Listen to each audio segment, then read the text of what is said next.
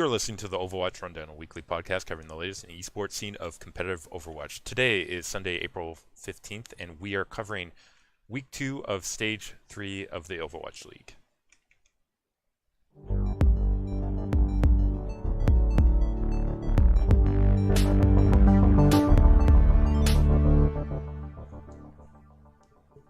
Jax, I thought it might have been a quiet week coming into this one. Potential for everyone to sort of fall asleep in some of these games if it all went as expected. It did not. It did not go as expected. Was it week 2 that you had as resident sleeper, or was it week 3? I think week 2 was the one when we looked at it when we were looking ahead towards stage 3. I think week 2 is when you designated boring, and maybe we'll come back to that. But I mean, this week too had that potential. I mean, you look at the games here. We had no major head-to-heads this week, though, right? We had Philly-Houston going into this as being the premier game that we thought happened. Philly-London also did, but after the first week, looking ahead to week 2, the premier game was going to be the Boston Uprising versus the New York Excelsior, because Boston put on a show in week 1 and looked like they were heading straight to the top, and then we had the Dreamcasper debacle, which I think you spoke about briefly last week. I don't remember much of last week. I had terrible packet loss. I'm sure I'll get terrible packet loss this week. But coming at the start, we were saying, looking at it like, okay, Boston, New York, and then Dreamcasper happens, and now you're looking at it and you're saying, what is going to be the feature game for week 2? And now, after having seen all the games, I'm saying, how do we pick just one game levels? Because out of the 12 games that were played, 7 of them went the distance of 5 games. Yeah, very competitive week, Jackson. I think this really signifies how close these teams are. They're saying it personally, like in their interviews, they're saying these teams are close now. Everyone sort of closed the gaps on the Korean teams. What about Shanghai? Is Shanghai closing the gap? Well, let's talk about Shanghai when we can talk about some of their games, Jax. Listen, that's a huge indicator there that I'm giving that out. I guess. I mean, to be fair, you did. If I go back a few weeks or a month or so, when you finally when you finally laid it all out there, you said Shanghai.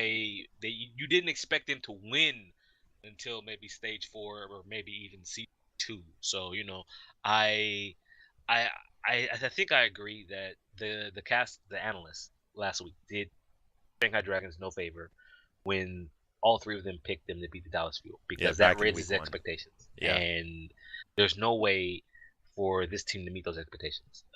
Particularly if you listen, we've heard about language barriers before, particularly on these Western teams, but to hear language barriers between the Korean and the Chinese team, particularly because of the pronunciation of certain things in Chinese, can come off with a different inflection, and that's causing a huge issue, I guess, or enough of an issue between team members of Shanghai Dragons, between the Korean members and the Chinese members, and that adds up to more troubles for the Shanghai Dragons in the near term. Long term, hopefully they'll get it all sorted and figure out how to do this as they move forward and try and find their first win. But Jax, they're actually in our first game this week, if you want to just go ahead and get into it, and I think we might as well, because they took on the Gladiators to start. Jax, no surprise when we picked Gladiators to win this. I don't think anyone would be... people might have said there was a chance when the teams came out, the Gladiators came out, and there's iRemix leading the charge. And what has happened? Where is Fisher? Where is the main shield for the Gladiators? And Fisher was apparently down with illness, because there's the flu going on. And I mean, you say apparently, Jax. You did point out to myself that Fisher did immediately start his stream after the Overwatch League was done for the day. Highly suspect to me, Leplos. And he was very animated in his stream in typical Fisher fashion, because who is better, who is greater, who is more handsome than Fisher? And the answer is no one. Tinfoil hat here, Jax. What I would suggest, at least with my tinfoil hat on, is that they didn't want to disrespect Shanghai Dragons by saying that they're going to put iRemix into plan Right. here. And they said they had a player out for injury. I mean, they could have just said that he needs a rest for his wrist or something like that, and that would have been okay too. But in my opinion, without meaning disrespect to the Dragons, but either way, Irene Mixon, how did he perform, Jax? How did you feel about his performance before It's we? fine. I think the team has worked long enough under Fisher that some of I think it was Sure Forgive AMA today, and he talked about it was some communication issues really at times between Tanks and everybody else and what to do.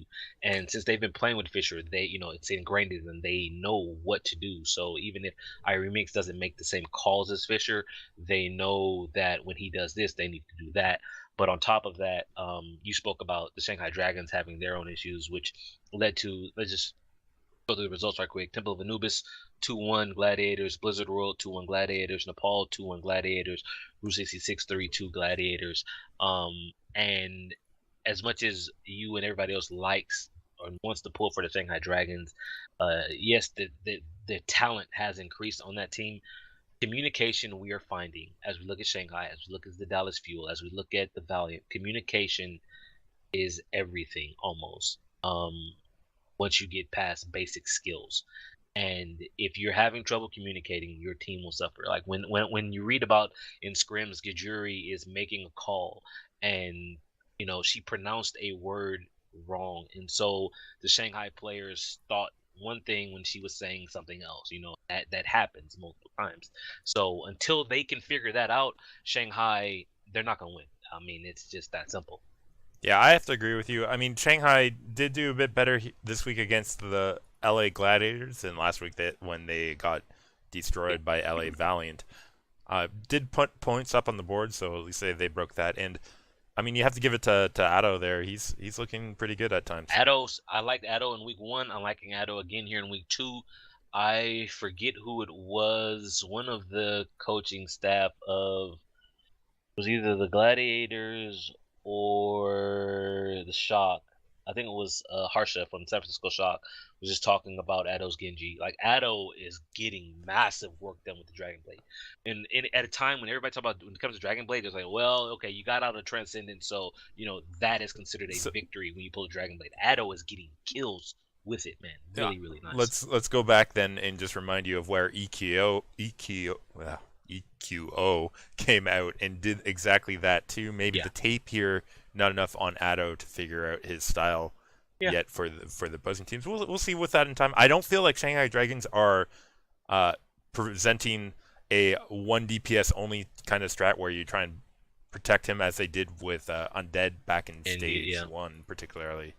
And so I think he has done very well in there. I Fearless. I'm like he's doing well, but he hasn't impressed. I'm not gonna lie, man. Fearless. He almost there was one map on Ilios. He had me wishing that Roshan was back because he made this boneheaded play with the Primal Rage when it was going into overtime. I'm saying it's going into overtime. You have Primal Rage, you can't die, and he stood there and he died, and my mind was blown.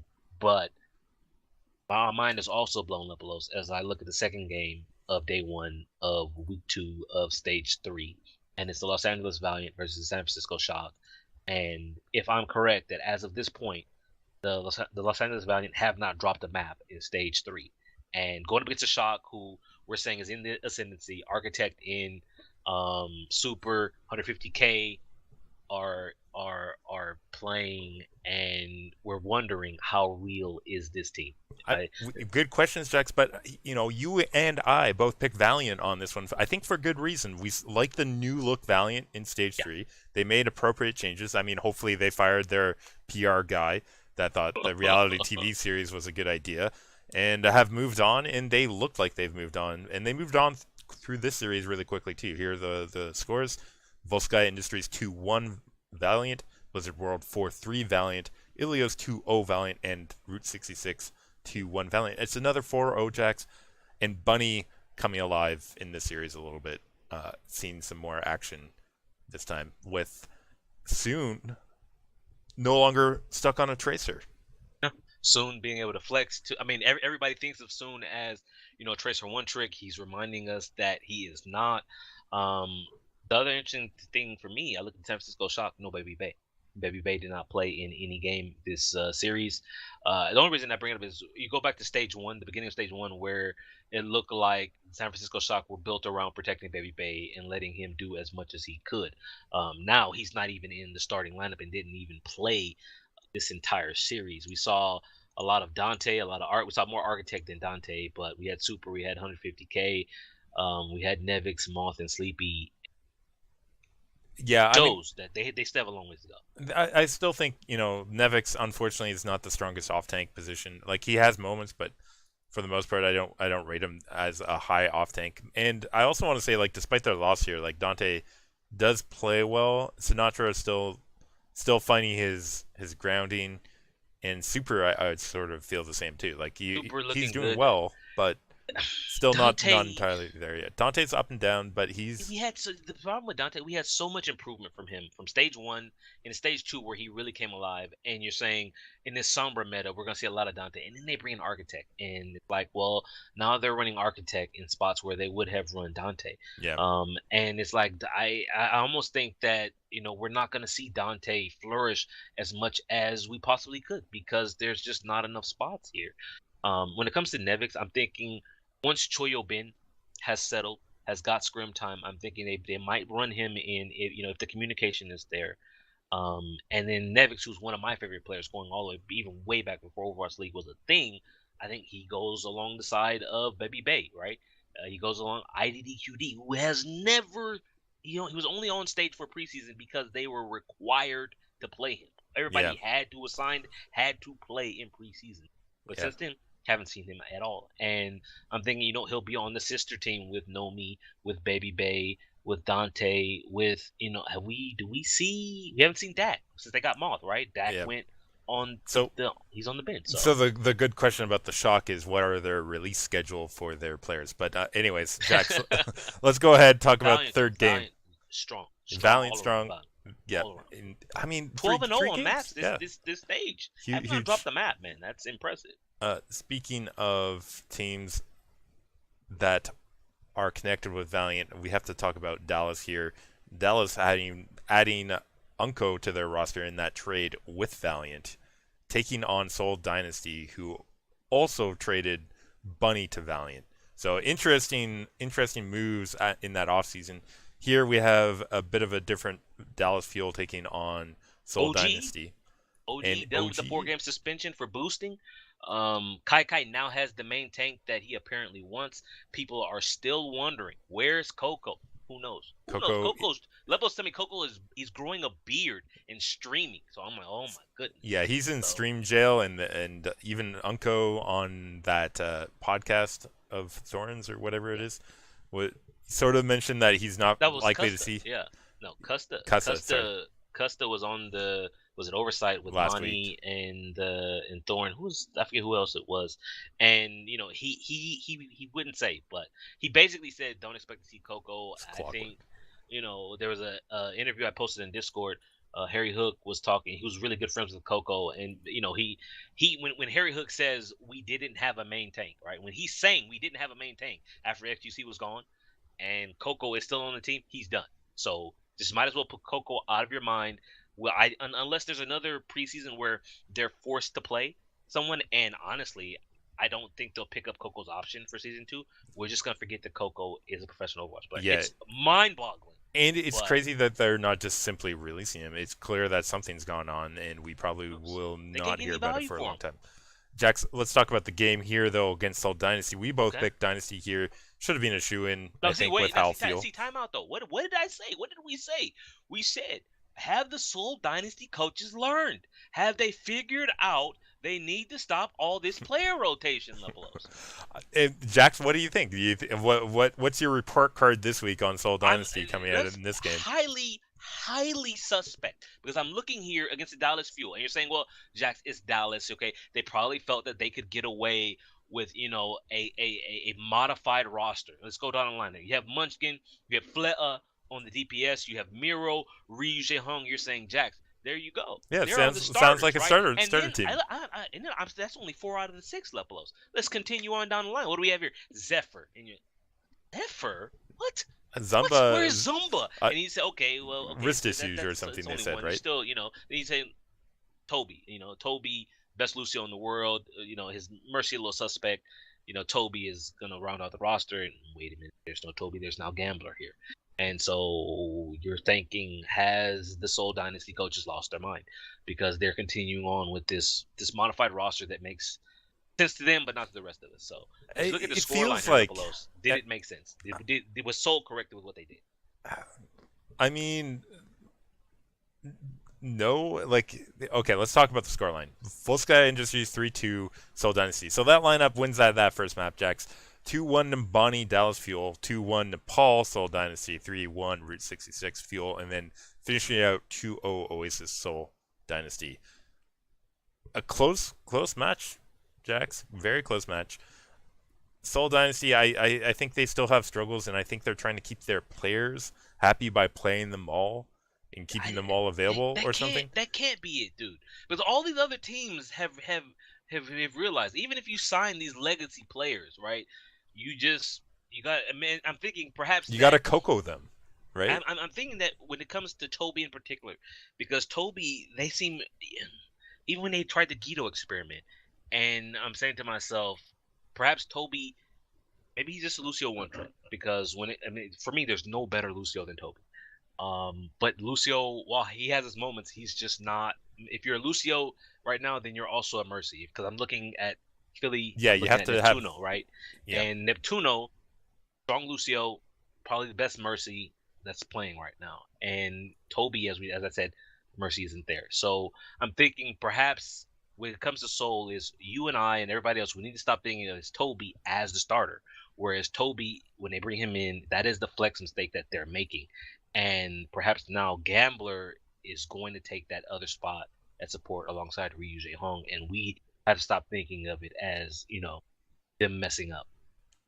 listen, we'll see in time. I don't think But Gambler's Zephyr and ready Zumba, you're on that. mind blown, I, mind completely he, gone. yeah, I thought Gone. they said Zumba had some wrist That issues. was in the second That game. was the Was it in second the game. first one as well? I mean, the likelihood is it was probably affecting him in the first game, or by the first game, so they may not have played him then either, but they didn't mention that. Anyways, here they get the 3-2 win, so they do take the win. Close one though.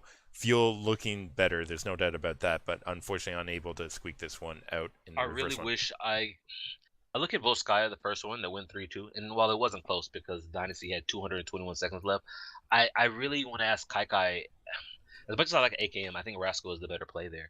And I don't know why he insists on running AKM. I mean, besides the Soldier, right? But Soldier, I still wonder if Rascal. Listen, they have a lot of team issues. I wonder if Rascal's fitting well into the team, and that's a good question. I think overall yeah, to wonder about.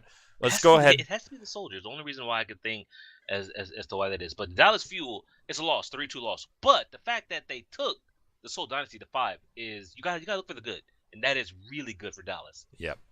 Let's go ahead and talk about Boston, New York, Excelsior, Jackson. We have a little bit more coverage on this one. We're still going to try and move through it, though, pretty quickly. Why don't we talk about this one in depth? Pretty good matchup. I mean, this is... No Dreamcatcher. Boston is done. Yeah, they're going to be done. Why are we covering this in full? Well, you guys are about to find out a little bit more here. If you didn't watch it yourselves, good game. Go ahead and watch it. It's good from start to finish, really. Interesting things happening throughout, and surprising things as well, I think. Starting right off with Volskaya, Jax.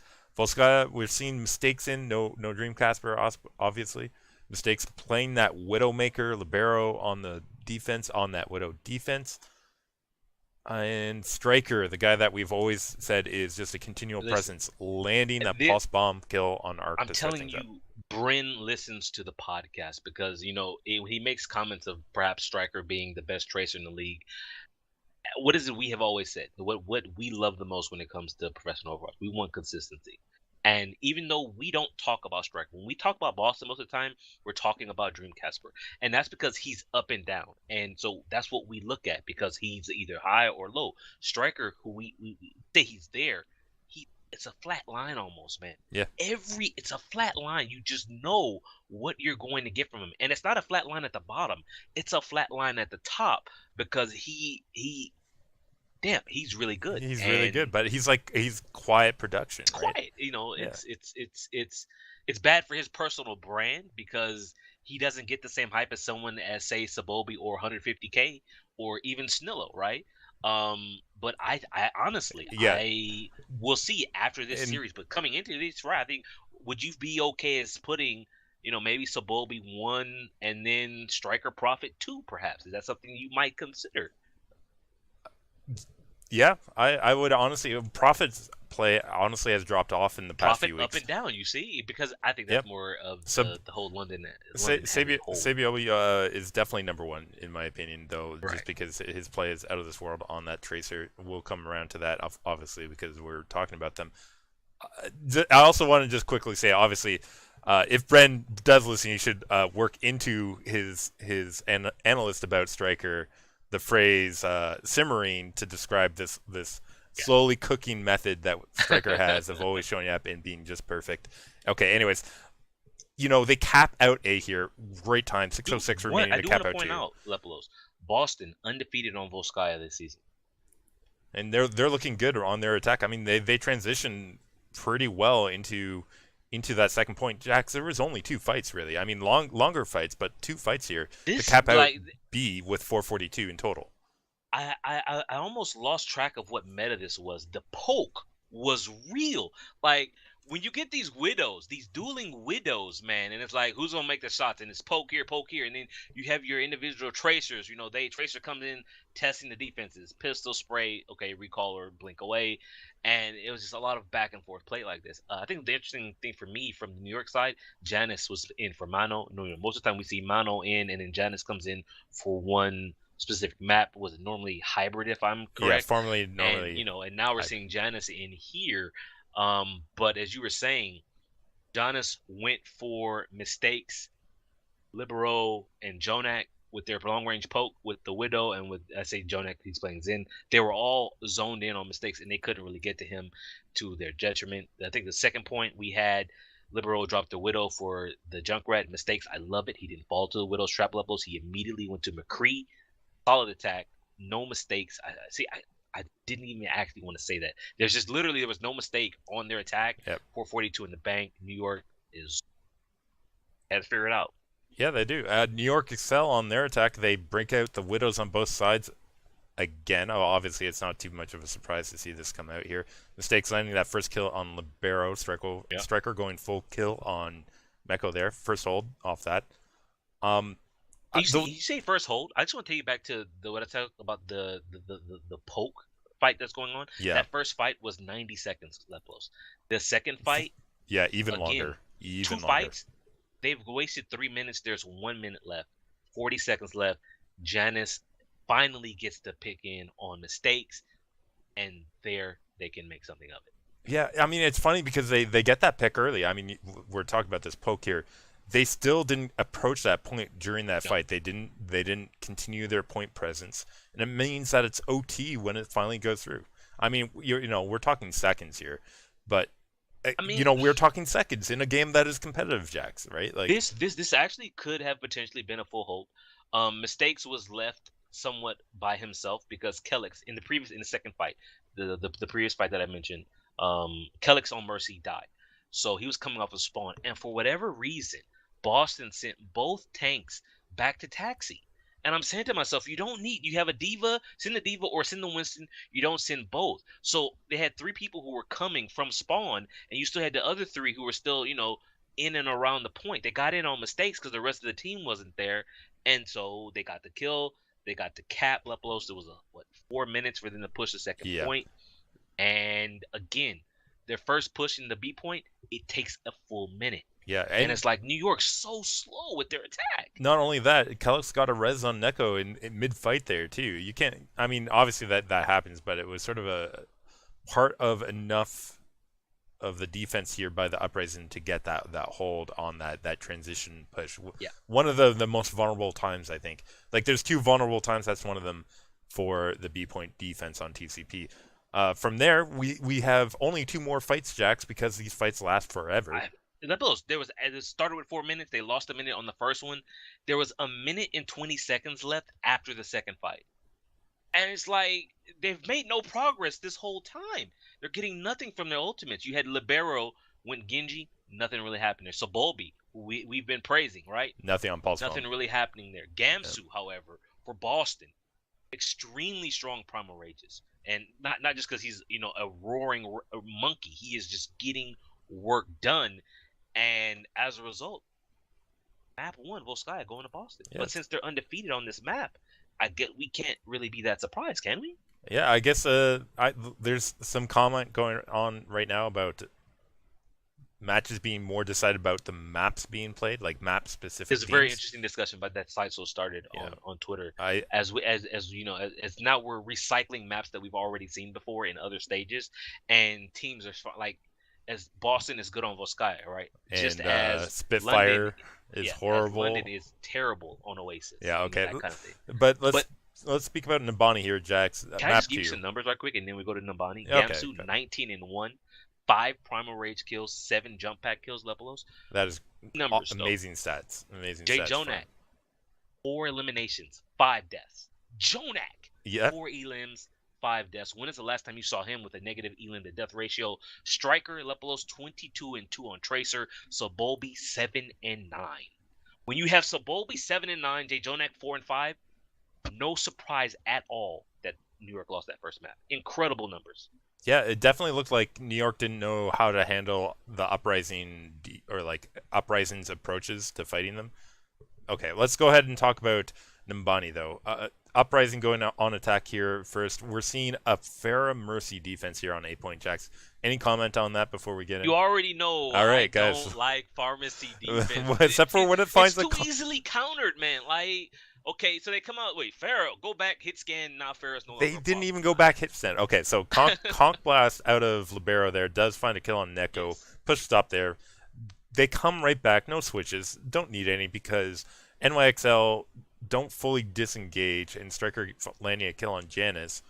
NYXL on the far side of point, give up point pressure to Uprising, can never really re-enter, even with the 1 kill barrage. He pays for it. Cap out A, there's 4 minutes and 12 seconds going into the second stage for Uprising to move through what should be an easy second stage, as everyone knows. It's usually pretty easy to push through there. Jax, things go wrong. Do you have any notes here that you want to mention? Yeah, no, because there's more than enough here to talk about, I think, on Uprising key moment, attack. 2 minutes and 40 seconds left out of the 412 you said they started with. Boston has 5 ultimates. They get stopped 1.81 meters short. One of the key things I had in my notes from Volskaya was the ultimate economy and efficiency that Boston had. Whether it was the primal rages from Gamsu, the pulse bombs, the play out of mistakes, everyone was getting something, was getting value from the ultimates. Where here on Nabani, that value has now gone. And as a result, we see that Boston struggle, Lepelos, to take the second point. And unless I'm mistaken, they don't actually take the second point. Yeah, they're held right there. 1.94.97 meters, doable distance. Jax NYXL attack.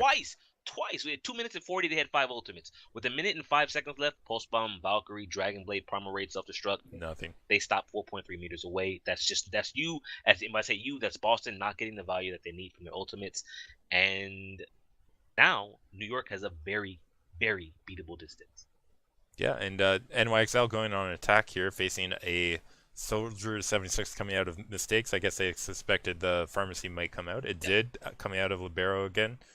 Sabalbi on the McCree, though, Jax. Caught out early, though, on that first attack. Not very good there, unfortunately for him. Second attack, though, finds actually a much better transition into capturing the point. That coming off of a lack of value from a nanovisor through Jay Jonek's good transcendence on a point. The nanovisor was bad. The key moment there was Neko on the Ana. Jay Jonak killed him. It was the right click. Zen killed Neko on the Ana. So that's partway through between fights too, right? Because it was sort of like a poke. Listen, players don't do that. Please don't do that in your games. Even if you are Jay Jonak, I don't want you doing that. That to me is still a mistake. Like if I was a coach, I'd be like, that was a risky play. because you could still be jumped there and killed, and then we would be set back I another mean, minute. it worked because it's Jay Jonak and he got the kill on Neko's Ana. So Neko went down. That means Kelix on the Mercy went to revive him. The problem, the communication was off because at that exact moment, Gamsu initiates. So Gamsu is leaping in. His Ana, who he would be counting on for long range heals, is dead. His Mercy, who might try to Guardian in and then Guardian back out, is busy reviving. So Gamsu has no support when he goes in. Gamsu is now dead. You talk about then they put the nano boost onto Mistake's visor, countered by the Transcendence. It's a bad trade, 2-for-1. That's simple math, Lepelos. And from there, New York take that first point, and they had 4 minutes and 55 seconds to push it 95 meters. Yeah, Uprising using ultimates value or ultimates early in the second stage to get a quick hold. I think that was sort of necessary when you have a distance in second to do. It was a good decision there.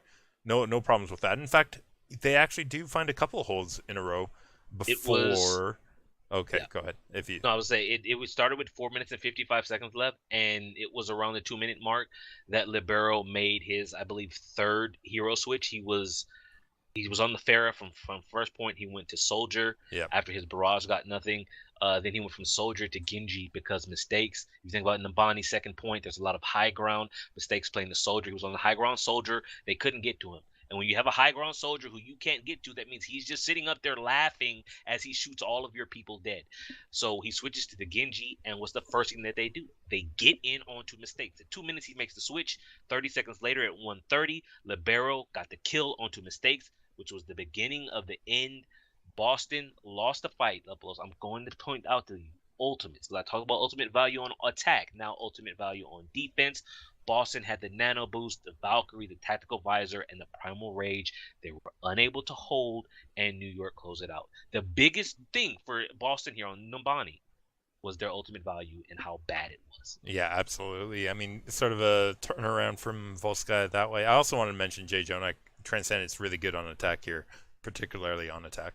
But when you're Jonak, you have Transcendence up almost at will, man. It doesn't matter, okay, except for on Volskaya where he went, 4 and 5, and then that's when he's kind of hurting. But honestly, really solid bounce back from New York after that bad first map. This is the New York we expected to see facing a Boston that didn't have Dream Casper. Yeah. So that first map, bit of a fluke, plus it being Boston's best map, and now New York are saying we're the number one team in the league. We just showed it to you.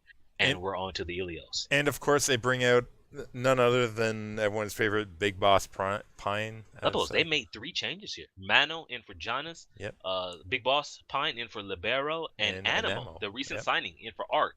That one. The other 2 is fine. The Animo in for Arc is what I find interesting because Arc has been one of the best. He's up there with Neptuno when it comes to that off heel position. Whether it's he's Lucio, definitely been playing very well. I think they wanted to get Anemo some game experience on stage and thought this was their opportunity, and it works out. Let's talk about Ilios here a little bit. Widow's out on Ruins, both sides. Mistakes. Pine winning the Widow duel straight up. I think he's the big boss man, Lepelos. Listen, I'm going to just cut this discussion short unless there's something you really need to get out. 133 on Ruins. Pine difference maker on Widow here. That's the key to me on Widows on Ruins. He was the better Widow, but as Monty pointed out, his control when it comes to the Infrasight, he held Infrasight for so long, Lepelos. Like they had the point, they lost the point, and he held it. But when they had to push back in, he popped it. He knew where everybody was. He was like, ding, ding, ding. We take the point. Fantastic. So many Widows, when they get it, as soon as the fight is about to start, like boom, Infrasight. I want to see where you're coming from. He held that for so long, man. And I just have to point out that while we're recording this, Lepelos, Envision and XL Academy 2 are now going to Map 5 tiebreaker. Really exciting stuff. I wish we were watching it right. Unfortunately, we cannot do that live. We'll have to review what happens. We'll report on it, I think, by the time we get around to our rundown. I want to be watching it, so hopefully the guys in chat will be watching it and providing us with some cliff notes. Up to the minute reporting from our on the scene staff. Anyways, okay, Jax, let's get back onto track here. The lighthouse. Send up a beacon because we're at the lighthouse here with Pine on the McCree, what everyone likes to see. Now, Mistakes running the Sombra, though, also an interesting pick here on Lighthouse. I don't think I've seen this too often at high level Overwatch League play. In fact, Have we seen Sombra I on think Lighthouse? once I know maybe. on Ruin Sombra gets a lot of play because of the health pack positioning. Yeah, but But I here know on Lighthouse, I think it's been a pretty rare time. This might be the first time, but it's just the fact I that want to she has qualify that I don't know off the the top. hacking. Sombra's hacking is so strong and overwhelming. I guess that they feel comfortable running her here. It Um, does come into play. I mean, a couple things. First off, NYXL here playing off point allow striker to secure point position. Uprising get a free 15%, although lose yeah, the first fight.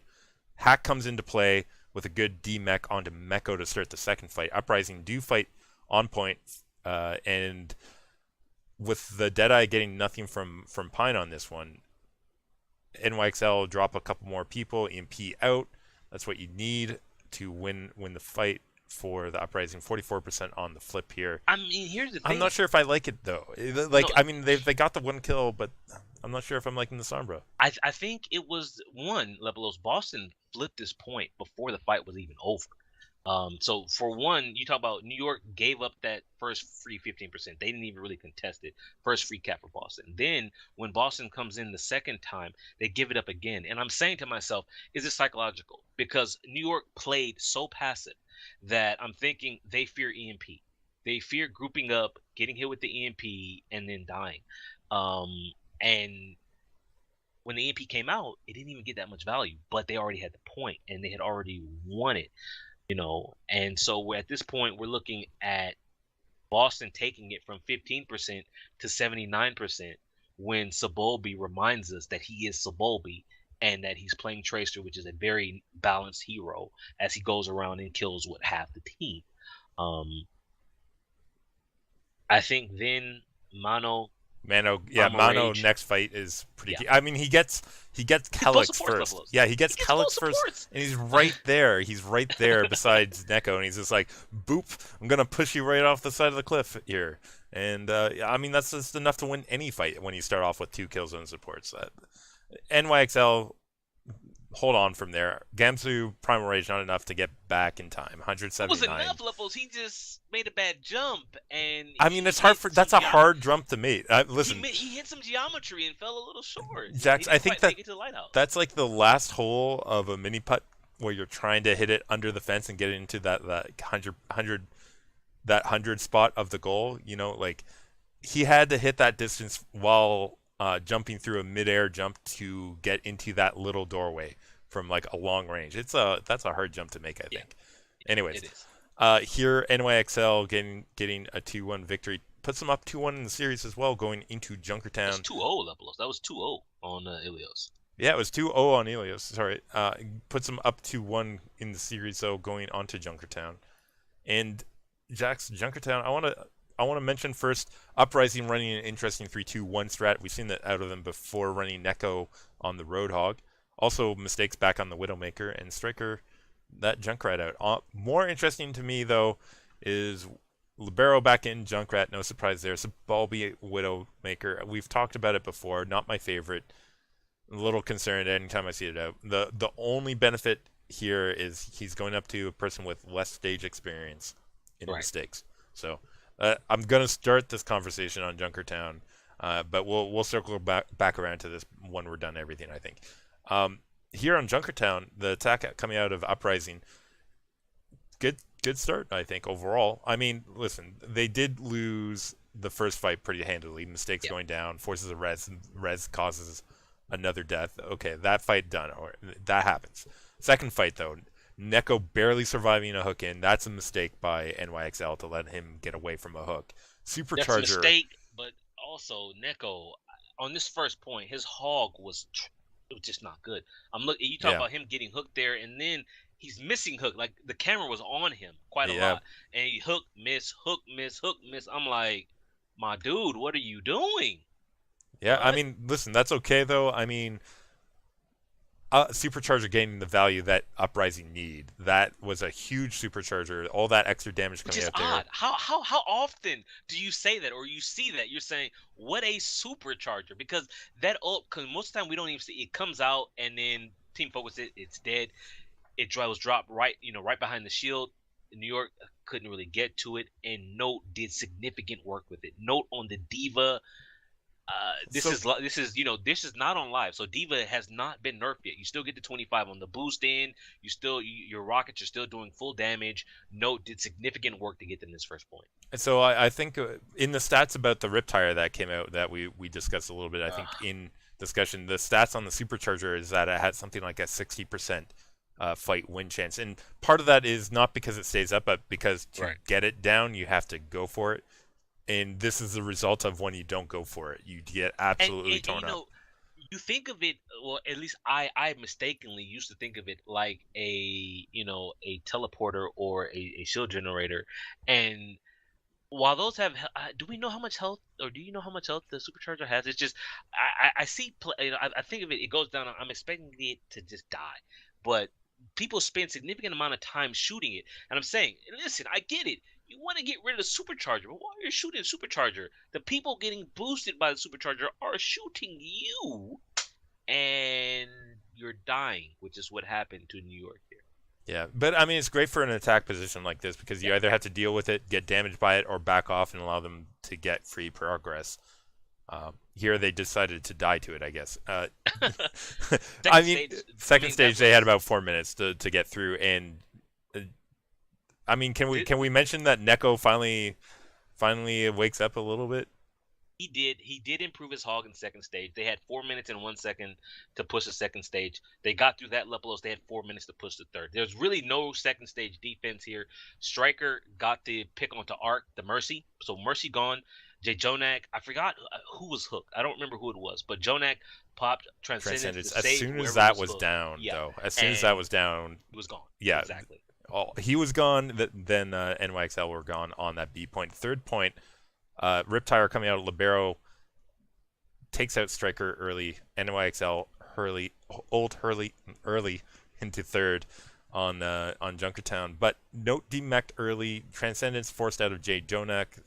I mean, next fight is crazy, Jax. I mean, there's just Yeah. so much going on. I'm trying to get that out there because Neko here finally getting a series of kills, getting Sabolbi down, getting Striker finishing Meko here. Jonek trying to make his way, finding Striker instead as well as Uprising keep on pushing through until NYXL finally get a kill from Libero here on Neko. And the fight it keeps on going between these two teams, Jack. I mean, Like the this fight is keeps on going, Lepelos, but eventually Boston do cap it out. they do. Let's just get there. They do. I just want to point out something to you, and it's something that doesn't normally happen when you talk about an extended fight with a lot of action with New York involved. You didn't say Sabolbi. Yeah. Absolutely You quiet. had And Libero, you had Striker, you had Mistakes, who was playing the Widowmaker, you had Sabolbi on the Widow, and Leplos, he fell into the trap, and he could not find his way out of that trap on Widowmaker. Could not find. He's still over there. He's probably reaching out to his wife, saying, "Please help me find a way out of this hole that I am in, because my Widow is not getting it done on this defense." and conversely, I mean, what that allows you to do if your mistakes is you start to feel warmed up. You get that Did confidence Mistakes going. got hot, man? He was, whew. Yeah, Yeah, he started hitting his shots there at the end. That's helped them cap out with 23. I mean, yeah, he required a res in order to do that, but he got that res, and then he helped clear that final point. NYXL go on attack here. We're seeing the same compositions from yeah, both teams, yeah. and not switching. I mean, literally the same compositions coming out. NYXL able to clean up that first fight after Sabalbi does find Gamsu early. Calix dies trying for that res again. I mean, this is like exactly what happened on the first attack from the Uprising too, isn't Yeah. it? Anyways, okay, let's talk about what happened here a little bit though before the end of A point. It looked like NYXL were going to get that A point, Jax. Mistakes though warmed up from Sabalbi letting him have his way at the end of Junkertown's third point. Decides to peek out here just before I'm A point surprised. and gets a couple picks. I'm surprised they let him peek. Like he was up there. He was up there the whole time. And I was waiting for anyone to go up there and just to harass, just to annoy so he can't sit there. It's like on Kings Row first where, you wipe it and then you're just standing around and then you're like, "Wait, what? They're coming back?" And then they dive in on you and you're like, "Crap, we should have had scouts. We should have been up there." Even if it's just a tracer who's, it's just something that would slow them down. And I mean, Mistakes, he's just chilling. He's like, boom. He gets Arc. He gets the Mercy. And from there, they hold with 2 minutes and 30 seconds left. Wasn't a full hold, right? Because the very next fight, what happens? Jonak says, I am Jonak. I am Zen support player, but I'm going to just start popping off and killing most of your team here because that's what support players do. And they had 4 minutes to push the second point. So very, very. I mean, it was 4 minutes and 1 second for Boston. It was 4 minutes for New York. So Pretty they finally comparable made it. times, but Yeah. the hold better in second phase here coming out of the Uprising team. Let's just move ahead through that though. I mean, there's not too much interesting stuff I mean, overall. Sabobi did improve his widow play here. There was one fantastic moment where Sabobi gets to pick on two mistakes, right? And then you know what? Kellic says, "You know what? I'm tired of this. I'm tired of this widow." So Yeah, he flies over there with Mercy and he guns down Sabobi on the widow with his Mercy, man. And you're saying, what just happened? But what happened was, Leplos, they had 2 minutes and 5 seconds to push the distance. So whereas they were very comparable times in first phase, 401 to 4, you go from 4 minutes that Boston had to push the third phase to 2 minutes and 5 seconds that New York has. and similar to what I mentioned on attack, where I couldn't even find the words to explain, this ends up being basically, uh, well, two fights again in 2 minutes, which I guess is pretty reasonable. First fight coming off of Gamsu's supercharger being Yeah. pretty poor, honestly. Like we mentioned previously, how powerful supercharger can be. Here, gets like nothing done. There's not anybody in sight. They just sort of back off and disengage. I guess. The supercharger didn't get it done. You know who got it done? Lepelos? Striker. And it wasn't Striker playing Tracer. Striker was playing Jake. Sorry, I mean Junk. Striker was Look at on that! Look the at that Floridian Junkrat. slip right there. And the work that he got done on Junkrat on this map, and we kind of glossed over it for the first 2 points. Insane, insane. And honestly, I just want to jump to the end and say that New York doesn't even really not that doesn't even New York doesn't even make it to the end levels, largely off of Striker's Junkrat. Yeah. And the reason why I want to jump to the end because I wanted to ask you a question: is there any map in the game that favors one hero more than Junkertown favors Junkrat? Like The any full. insane tires that they get on this map, man. Yeah, like The, any full map that is better than for. than Junkertown and Junkrat. I can't. That's a good question. Nothing. I'd have to really think about You that think a about little it. bit It's longer. just But I was watching this and I'm saying because I remember that Houston's best map is Junkertown, rightly so, because I'm just being honest now, because of how good Jake is on Junkrat and how this it's smothering all the angles, right? It's yeah, like they're perfect grenade angles for him to just bombard you, or the tire, or he throws in a mine, I or he'll I leave you do a little have like trap here. one answer for you though, which is Zarya on King's Row because of how tight everything is. I But mean, it's different. It's different. it's just Zar. I mean, but that's largely because of the grav. I mean, okay, the graviton, but also the Zarya. If she gets charged with the Yeah. right clicks, you're in tight quarters. But Junkertown just oppressive, man. And the work that Striker, you think Jack Striker, he's a tracer main. That's all he plays. No, incredible work by Striker here on the Junkrat That flexing. Buffaloes to tie it up 2-2. I'm gonna have a question for you about Striker when we come to an end, but let's talk about the end, Jax. It's Oasis to close this off, and here we are, Uprising, Sombra coming out 2-2-2 on University, NYXL, Sabiobi on McCree, Libero on the Junkrat, Mena on the Risso, Meko on the Roadhog. Interesting composition. I was gonna phrase that as a question. I can't even phrase it as a question because I Right. know it's their No, strategy. I mean it's interesting. University can go any number of ways. Back when Health Pack still gave ultimate charge, you had dueling summers who could get to the middle first. Here, what an insane dive that Boston put out to get to Jonak. And they got to him. They got They Jonak got them. down. And then Ark is like, the joke is on you because I pressed a button and all that hard work you did to kill Jonak is undead. And since you dove so deep into the back line, you're gonna die now, and you're not gonna get out. And we're gonna take that first point really, really quickly. Except that while yes, Jonak might be the most bloodthirsty Zen, Neko says, "Listen, don't forget, I'm on the high ground on the far side with my Zen," and he just starts picking New York off 1, 2, 3. They flip the point back. Only 12%. 12% is what New York got out of that first fight. Yeah, that was a good turnaround there. I mean, Neko looking really good on this stage. Let's cut to the chase on that one. The rest of the fights here, Jonak next fight dies again by mistakes. The dive is so they haven't brought this out this on Jonak. It's got to be frustrating. Wow, that's got to be frustrating to be focused like that. I don't think they brought this so hard on Jonak on the other maps. This is something specifically different, and I think they lulled them into a false sense of security on the other maps because they were trying to read, like they were struggling to read what Boston was doing, because I think most people just dive Jonak, so they're used to that, and I think that's what won them Volskaya, and then they tried to adjust, and here they're going back to really diving on Jonak, and it's paying off. It's absolutely. I mean, most teams that try to dive, they're punished. Like I forget who it was. Sideshow did an analysis. It's like they dive Jonak, but New York protects him, and he's so good that he kills you as you dive him. That wasn't happening here. Yeah. But let me summarize this one, Jax. I don't know about your notes, but I know about mine. So Balby's mentioned in the following way: it's that he gets destroyed in the final fight by Gamsu on the backside of the fight, who goes unpunished for it, gets health backs, comes back from the backside, and harasses the remaining of the enemy team of NYXL.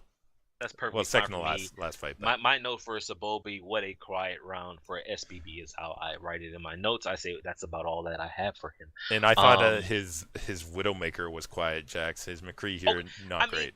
His Widow, when I finally, because I remember we had that talk, I went back and look at the stats for Junkertown. Yeah. This is a quick jump back. It was Sabobi 20-8, 21% crit accuracy, 10 critical kills. Compared to Mistakes, 25-12, 23% crit accuracy, 12 critical kills. It's close. Yeah, it's close. Very close. It's just, Sabobi was very streaky. He had, and for him, a lot of his streaks were entire stages of the map. So second and third of their defense, he was like, I'm in this trap, I'm in this hole, I don't know how to get out. And here, Leplo, so you're looking at his McCree play, and it's something, well, actually I don't want to get into it yet, we'll get into it after this. Yeah, we'll get after this. His McCree play here, not getting it done. Not on University. They lose the first map. Match point now for Boston going into the city. And Jax, I mean, same compositions. Still Sombra coming out. Okay. Still Junkrat, still McCree. And still the super thirsty dive onto Jonak, man. Didn't get him the first time. Wow. Sabobi with a flashbang saves him with a double flashbang. He cost him levels. He got hit by a car. He got hit by the car when he was thirsty himself for that fan of the hammer, man. He was looking for some refreshment, only found dirt pavement there. First point went to New York because they didn't get Jonak. Second time they dive, Gamsu trades his life for Jonak. And if I'm Boston, that's a trade I'm fine with. And I'm looking at this and I'm saying to myself, New York will need to start working out plans that don't involve Jonak, because not only that, Jax, but this plan of staying on the highway side of point, it costs them. I mean, I don't like that positioning. I don't like it either. I'm sort of surprised that they didn't have Mistakes hack the big health pack behind them to force them off that position. Just go for it at one of those times, because that would because they were using that for Jonak all the time as a secondary burst heal. But yeah, I wasn't a big fan of it. Like here, where he dies early, they didn't stay on the point. They didn't get up to more than 23%. I mean, it was. I think it was more because they were positioning not so much to protect the point, but to protect Jonak. And when your whole thing is to protect this guy and he dies, then the enemy has the better positioning. And yes, they traded their Winston, but so much of what they're doing right now involves Jonak because of the drop off you have when Sabobi is not on Tracer and is in fact playing McCree. It's not the damage that you normally expect from him is not there. And while this round does go back and forth, I just want to jump to the end almost at the key moment, because Mistakes on the Sombra. He's been on Sombra this whole time, And you talk about the bad EMPs that, or the somewhat particularly neutral like back EMPs on that he got. Lighthouse and Yeah, yeah. here at the end of City, it's the fatty EMP Lepelos. He gets Jonak.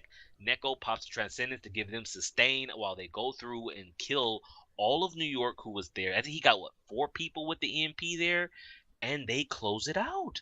Yeah. 100-23. And Lepelos, New York has now lost their 3rd game of the season in a game where you and I said New York Completely was going right. to win because Dreamcasper was gone. Yeah, well, I mean, we went with our knowledge. I think that's a reasonable thing. I'm going to defend us on that. Just because we're wrong doesn't mean we are the reasoning behind what our picks were wrong. How were we supposed to know that the drop off from Dreamcasper to Mistakes would be almost non-existent? Yeah, incredible play coming out of Mistakes here in this game. I I mean, also okay, go ahead. I mean, no, I don't want to sing his praise too much, Jax. Because it's not just him. The team really strong, yes, and the team rallied all over. Everyone stepped up, and they had to Neko had a because heck of a game, particularly Neko, here on I mean, his Oasis. Roadhog on Junkertown, somewhat questionable. Yeah, But good third the team, phase of attack there at least. when I say that the team as a whole stepped it up, is because Dreamcasper was their main voice. He was their main shot caller. So not only do they lose a major player, they also lost their shot caller, and they still made it work. They played better as a team, and what a performance by Boston. But Before we wrap this one up, Jax, I yeah, I did don't want even. to I'm ask not. you a Levels, question. I'm not even. I'm pretty sure we've been clocked. I haven't been watching. I Yeah, don't we've even been want to wrap it up clocked yet a because I long have a time ago. serious question, serious topic that I want to get into it here with you. But you were about to say something, so I'll let you go first. Oh, okay. So my question for you is Striker essentially the equivalent of Carpe at this point? Like, do you think he has that kind of potential? And then, moreover, is Soon another one of these types of players, like a really Carpe, strong I mean, tracer that can do Striker these other flexed to things? the Junkrat. Striker flexed to the Junkrat and made it work on Junkertown. I have not seen Striker flex to other heroes like Carpe does. Carpe, and I really want to see Carpe. Well, I guess he doesn't have to now, but when EQO was suspended, I kept waiting for Carpe to go Genji because I'm pretty sure he can play a Genji that's really He well. used to, yeah. And and he just never did. I think Carpe I think Carpe has more flex in him than any of the others that we're talking about. Soon can go Tracer to. He's got a good McCree. Widow. He's got a good Widowmaker. We'll Not see. sure about Because beyond that yet. if they stick with this lineup and they keep running Bunny out at times with Soon, then we're going to see Soon be forced to flex at certain times. But Striker, I think, is still mainly a one-trick tracer, but he's shown that he can go Junkrat when the time. It's so projectile though. Interesting stuff. We'll see how they develop as they continue to see more play too. My question for you, Lepelos, is not about Boston. It's about New York and the coach's game plan here. Coming into Oasis, you're looking at the lineup that they ran, and we're gonna focus in on Sabobi right now. Yeah. They ran Sabobi on McCree, and I'm looking at this and I'm saying to myself, with your game plan for this 5th set tiebreaker, is hit scan McCree with Libero flexing to Varus Project, because Oasis is good for Genji, good for Pharah, good for Junkrat, whatever you want to do, right? So you have Libero ready to flex to all of those. If on the opposite side you want hit scan, why do you not run the big boss man Pine? Yeah. Okay. So tinfoil hat on here, Jax, because we won't ever find out what's happening internally, but we do know previously from Pine that he has had some, like in stage 2 particularly, he had some issues in terms of motivation to play. He stepped up and played well. On Ilios, he was like, "I am the man." So I have 2 options for you here in terms of why they don't run him. One being he doesn't feel he was ready, or the coaches didn't feel he was ready. That's sort of one, like mentally wasn't in a good space because he looked good on Ilios. So there was communication there. Or 2, the coaches forgot at the start of Junkertown by the end of round 1 to get the sub in. Are the rules the same? Tell me the rules are not the same for 5th. I'm not entirely sure. Listen, those are my only 2 tinfoil hat reasons that I can think of. The only thing that made sense to me is that while Pine is fantastic on the hit scan, I'm thinking they don't have faith in his tracer. And they were playing the fallback game, where if they need to flex, then Sabobi will flex back to Tracer, his main, and will go in and kill everything. The only time Sabobi went Tracer was at the very end of both rounds, where he's trying to make it back to the point quickly. His McCree was a not Lepelos. He did nothing.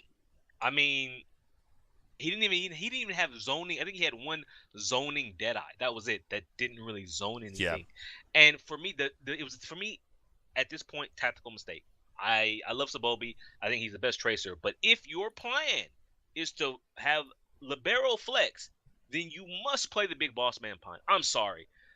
He I made a agree with you. name for himself in stage one with his control play. One of the maps in stage one was Oasis. We saw it in Ilios. We see it now. I'm sorry. You have to play Pine here. Very, very disappointing coming out from the coaching decision there. Although obviously I don't think we know the whole story, No, judging by my tinfoil hat reasons there. Jax, we're gonna move on. Before we do, let me end on the Boston thing, which is I'm glad to see that the heart of Boston doesn't reside in one person, and particularly not the person that has listen. left the Do team. we have to give Huck General Manager of the Year award? Look at the team he's put together here, Lepelos. When you can survive a sudden removal like this, I The think, scandal, man. and the scandal, Like, like we'll see how they do in the long term. But like the fact that they've held together as a team through it, as like the players through it, that's a good sign that management and their team outlook is good internally, even without Dream Casper being there, and that's a good sign for the team overall. So they are doing that right, if I had my okay, opinion. And like conversely, if you talk about LA Valiant, it was clear that they were having troubles with that, and they're trying to right that ship in between stage 2 stage 3. So hopefully they're doing better there. And if we're going to talk about more teams that aren't holy riding the crap. ship, Fuel. Okay, let's go We ahead. are We're gonna. way over budget on our I time. I know because Clock there's. guys have definitely been fired, I think they've Lepelos. already left the building, Jack, because they're no longer paid by the hour. So Yeah. okay, here we are. We're done. We're Day on one, Lepelos. That match was the one. first game of day two. There's 4 days, and wow. Take us through it. Next one, London Spitfire versus Florida Mayhem. Hopefully that one didn't take too long. It started interesting, and then it started being less interesting. Scoreline: Volskaya Industries 3-3 draw coming out here. Nimbani 4-3 London Spitfire, 2-1 Nepal Spitfire, and 3-1 on Route 66 for the Spitfire. So started off well, but it looked like Florida sort of lost momentum as it went on, and they ended up losing I the game. Florida trying out things, man. No logics, no swoosh on any of the four maps. So two of their starters for the entirety of the first two stages are they didn't even play. Saw a lot of side, of course, because that means we saw a lot of side player, saw a lot of awesome guys, saw none of Zappis. But the key thing for us coming into this week was what version of London were we going to see? And I think London is, we talked about the substitutions that they made, how they played 10 different players in that series against New York. And we were like, listen, pick a group of 6 and play them throughout. Well, they said, you're not the ones being paid to coach, and we're going to do what we want to do. I'm just going to let's go the first map here: Prophet, Birdring, Fury, Gesture, Closer, Hagopin. Okay, that's fine. If that's the 6 you want to play, fine. Then you go to Nabani, and wait a minute. You have substituted 3 players. Who y'all in for Fury, Nussa in for Closer, Bedosin in for Hagapit. Again, yes, they won, right? But they're playing the Florida Mayhem levels. Yeah, And this should automatically be an easy for you. And so then you go to the next map, you're saying, okay, so after that, then the third map in, you're going to switch out Birdring for Hureg, you're going to switch Who y'all for Fury, and you're still making all of these changes. And then you go musical to the fourth chairs. map, and in the fourth map, you're bringing Hureg out, Birdring in. And so right now, our listeners are confused. They're like, what has Jax just said? This is the place why I did it like that. Because London doesn't know, my good man. They have what are they? I'm sorry. Just because you have all of these players doesn't mean you play musical chairs with them. There's maybe no synergy. You maybe they're can't keep the pace. maybe they're trying to play to the map, Jax, as the discussions have suggested that that's more important. There's a lot of different effects that I think coaches are trying to think through and work through in terms of what actually works in the game. I agree with you, though. It looks like Lepelos, they large didn't play the number same of 6 players in back. If I were to go back over their last 8 maps, they have not played the same team, the same 6 players and that's in concerning. back-to-back maps once. They That have not done it. that's definitely a little concerning, Jax. Let's move on to the third game of day 2. That's Go for Philadelphia it. Fusion taking on Houston. Another really good game. I'm going to go through the scoreline really quickly. 4-3 Volskaya Industries Outlaws, 5-4 Nimbani, a really long one there for Fusion, 2-0 Ilios Fusion, 1-0 Junkertown for Houston. That was an awful attack by Fusion there, let's be honest. And then Fusion do close it out though, 2-0 on Oasis to get the 3-2 victory. Any quick notes on that one, Jax? Only quick notes I have: one, Shadowburn is going to join Coco on the Growing that streaming beard. couch, my man. Yeah. Listen, I'm saying to myself, when EQO is suspended, I think this is the last game of his suspension, and Shadowburn still can't get a start levels. The only we saw Shadowburn on Junkertown where he came in with a cold Junkrat. They lost that map. Well, one, it's so unfair, Junkertown, right? but Because you're putting him in to play Junkrat against Jake, and you do King it cold. Rat, dude, Yeah. on Junkertown, and you expect him to win that? Come on, my man. Yeah. And thankfully, though, they went to Oasis. They closed it out there with Carpe and Snillo. But I it's mean, just that's for sort of me. telling too that they didn't keep him in on Oasis, which might be a Farah played map, and he's a Farah player. Do want to point out though, we saw first sighting Factor Fiction. Yep. Started out on Volskaya for Muma. So now we're looking.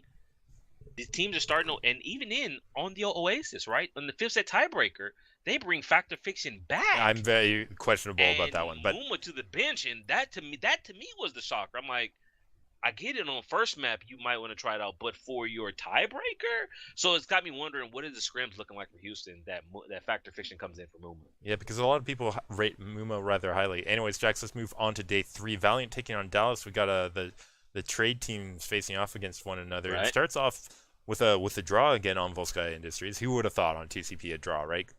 4-4 this time on that one. That's a pretty long draw too. Nimbani going to another scoreline of 4. This time is Fuel getting 4-3 in the victory on that one. But from there, it's all Valiant 2-1, Ilios 3-1, Route 66. Not enough out of Dallas, unfortunately, in this one. They did keep it competitive, just could not find that second map for the win. Seeing improvements out of Dallas. One on the draw, and then to take the win on Nimbani. Definitely looking better with that tank of Dallas, as some people put it without saying his name. But OGE obviously is making an impact for it's almost to the field. point that I think Dallas' season is lost. And if I'm Coach Kaikai, you're not making the playoffs. If I have to go look at the overall standings, only the top 6 teams make it left close. They are currently... Jax, 1 second. Are you suggesting that for the Dallas Fuel at this point, every map does not matter? At this point, I think the Dallas Fuel needs to figure out who their best players are. And the only reason why I brought this up is, why does this keep resetting? Sorry. There we No, I can't find the overall standings. Either way, what I'm saying is the Dallas Fuel are not going to make the playoffs. And what I want to see, believe it or not, I want to see Seagull in place of Mickey on.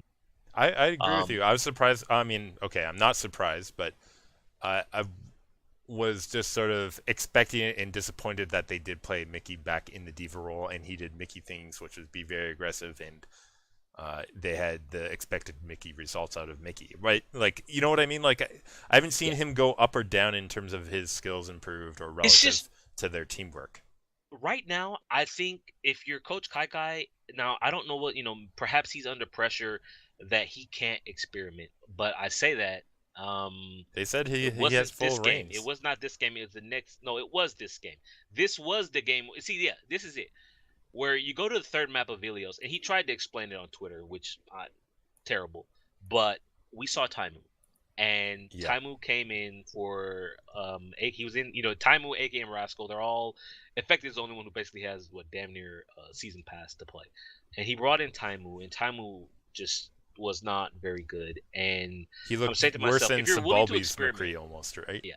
If you're willing to experiment with Taimu, then give me some Seagull action on the diva, because Mickey, Mickey at one time was the best diva, but that was 2 iterations ago of diva. And if you're willing to experiment like this with Taimu, experiment with Seagull, and I really, really want to see what they could do with Seagull in place of Mickey. I think the results might be interesting. And I do want to say, I feel for Taimu, man. Put in a situation here that it was made for him to fail. Like, I mean, Yeah, like on, When you go back and you look at his comments the day after his game on his Twitch stream, and because it's Dallas Fuel, of course they're airing it on Twitch. well, It's, as a consumer, I like it. I get to see all the it drama. But you adds listen to drama. him Yeah. talk, Lepelos. He's broken as a player. As a player, he is broken. When he says he doesn't even, he's saying he's not good enough to play for the Fuel. He's Lepelos. The I doubt I is don't real. understand how confidence is a thing. Like, it's not something that's made up. You can't put this guy into the Overwatch League. What is Coach Kai do? Did you watch the clips I put in Discord? Yeah, I He's did. broken, dude. It's a little situation of Humpty Dumpty and trying to put everything back together again. I think it's not working for the Fuel right now. It How might you need gonna get a. him confidence when you put him in to get smacked like that? I think you might need to go back to the store and pick up some new eggs here at Jack's because I, what w- they're I would cooking is not working. you know what I would say is one, send him down to the minor leagues. Except for whatever reason, the Dallas Fuel are one of the two teams that did not take advantage of having a contender slot, right? So they don't have a contenders team. I think Soul Dynasty it might be three of them. It was Soul, the Valiant, and Dallas were the three teams who didn't take contenders teams. But Taimu, I love Taimu, man. It's just he Jack, is a mess as a player. he is. Let's go ahead and talk about final game of day 3. No, you're going to want to mention something. I'm going to try and keep us moving along though. We're way over time. Dynasty here taking on Gladiators 2-1, Anubis for Dynasty 3-2, Blizzard World 2-1, Nepal for Gladiators. Dynasty bring it back. Junkertown 2-1, Oasis so going inside of Gladiators 2-0. Fisher back in. I guess he had a quick I told recovery. you, the one Asher, I didn't even know Asher. I thought he was sick. Asher is chilling in Korea on vacation. I say that, but I really don't know what he's doing there. Yeah. It must be important for him to miss games. Yeah, hopefully it's So, nothing too serious. But no Asher. That being said, watching this, I was watching this live with our clockman Toastykins, who will soon not be the clockman because I'm looking in chat. There is no clock for like the last half hour.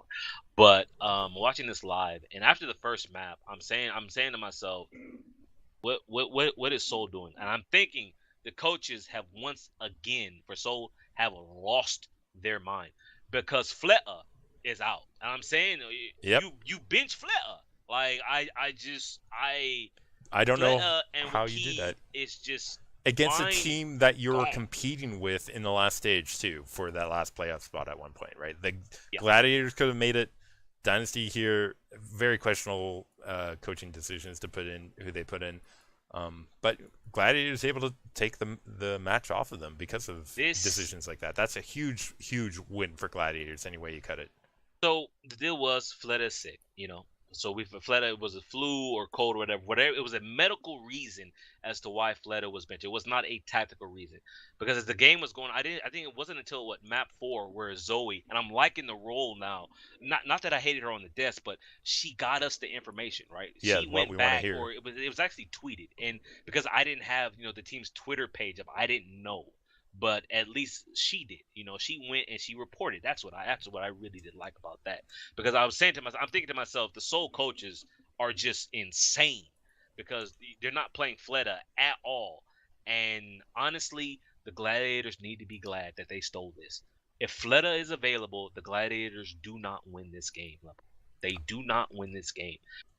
Because as much as everyone wants to tell me Surefour, especially Fisher, Surefour, best widow in the league, too inconsistent. He has his moments. I'm not gonna lie, he has his moments. And one of his moments, was on Nepal playing the Roadhog with some of the insane hooks, max range hooks that Surefour was pulling down on these fools. But Los Angeles Gladiators very lucky. And I know we're trying to rush through Lepelos. I do have to point out another game is a series. Sorry, we don't see Toby at all. And I take you back to what I said about perhaps we need to stop thinking of Toby as the starter. Gambler is the starter. Toby is the flex. Is the substitute. Yeah, it's definitely interesting stuff coming out of them, Jax. I don't like their new look. I'll be honest. I thought they were doing. We don't know, right? Yeah. We don't know scrim results. Okay, so we have that asterisk. If Fleta hadn't gotten sick, I really, really think Soul win this game. Yeah, but unfortunately, they didn't have it. Everyone's not up to that level of Fleta. That is. We'll come back around to the new news, Jax, later. we're going on to day 4 though. Another good game. This is one we differed on. I was thinking London better prep, but considering their recent loss, or sorry, their recent trouble with even Miami off the start, or sorry, Florida off the start, I was a little concerned entering this one where Spitfire were taking on the Fusion day 4, game 1, and it ended up being a great game. Jax, great What? game, but yeah, let's go through the results. I'm sorry. My mind I, has. I know, I know. I We're gonna just get to looked that, at Jax. chat. I am. If you're in I am. chat, you know My something's mind going is on. We're gone, going to Lepelos. come I to don't that even when know. we're done. I Let me literally move didn't on. hear what you just said because Let me my go through mind this. is completely blown. Guys, we have breaking news right here on the podcast or live for you guys, but we will do that shortly. We're not interrupting. Okay, sorry. We're talking covering, London, Philadelphia. I legit have to now. I even You go forgot do what that. tab I had open. London versus Philadelphia. Yeah. Good game, right? Okay, let's go through scoreline. Temple of Holy Anubis crap. 2-1, Blizzard World 3-2. Both of those going Fusion. London trying for the reverse sweep. Do bring it back to Ilios 2-0, Junkertown 2-0. But Jax, game 5's Oasis. Big surprise that Philadelphia closes one out 2-0 on Oasis? I don't think so. We all know. That first one was 100-0 and then 198. I'm okay. I have slowed down. One, EQO is back, so that means Snello loses his starting spot. Temple of Anubis, right? So I'm looking at. I just have to go through again. When it comes to London, the first thing I'm looking at, I'm looking at the rosters. So you go from map 1 where they get the crap beat out of them. You go to map 2, Lepelos, and what do I see? 3 changes again.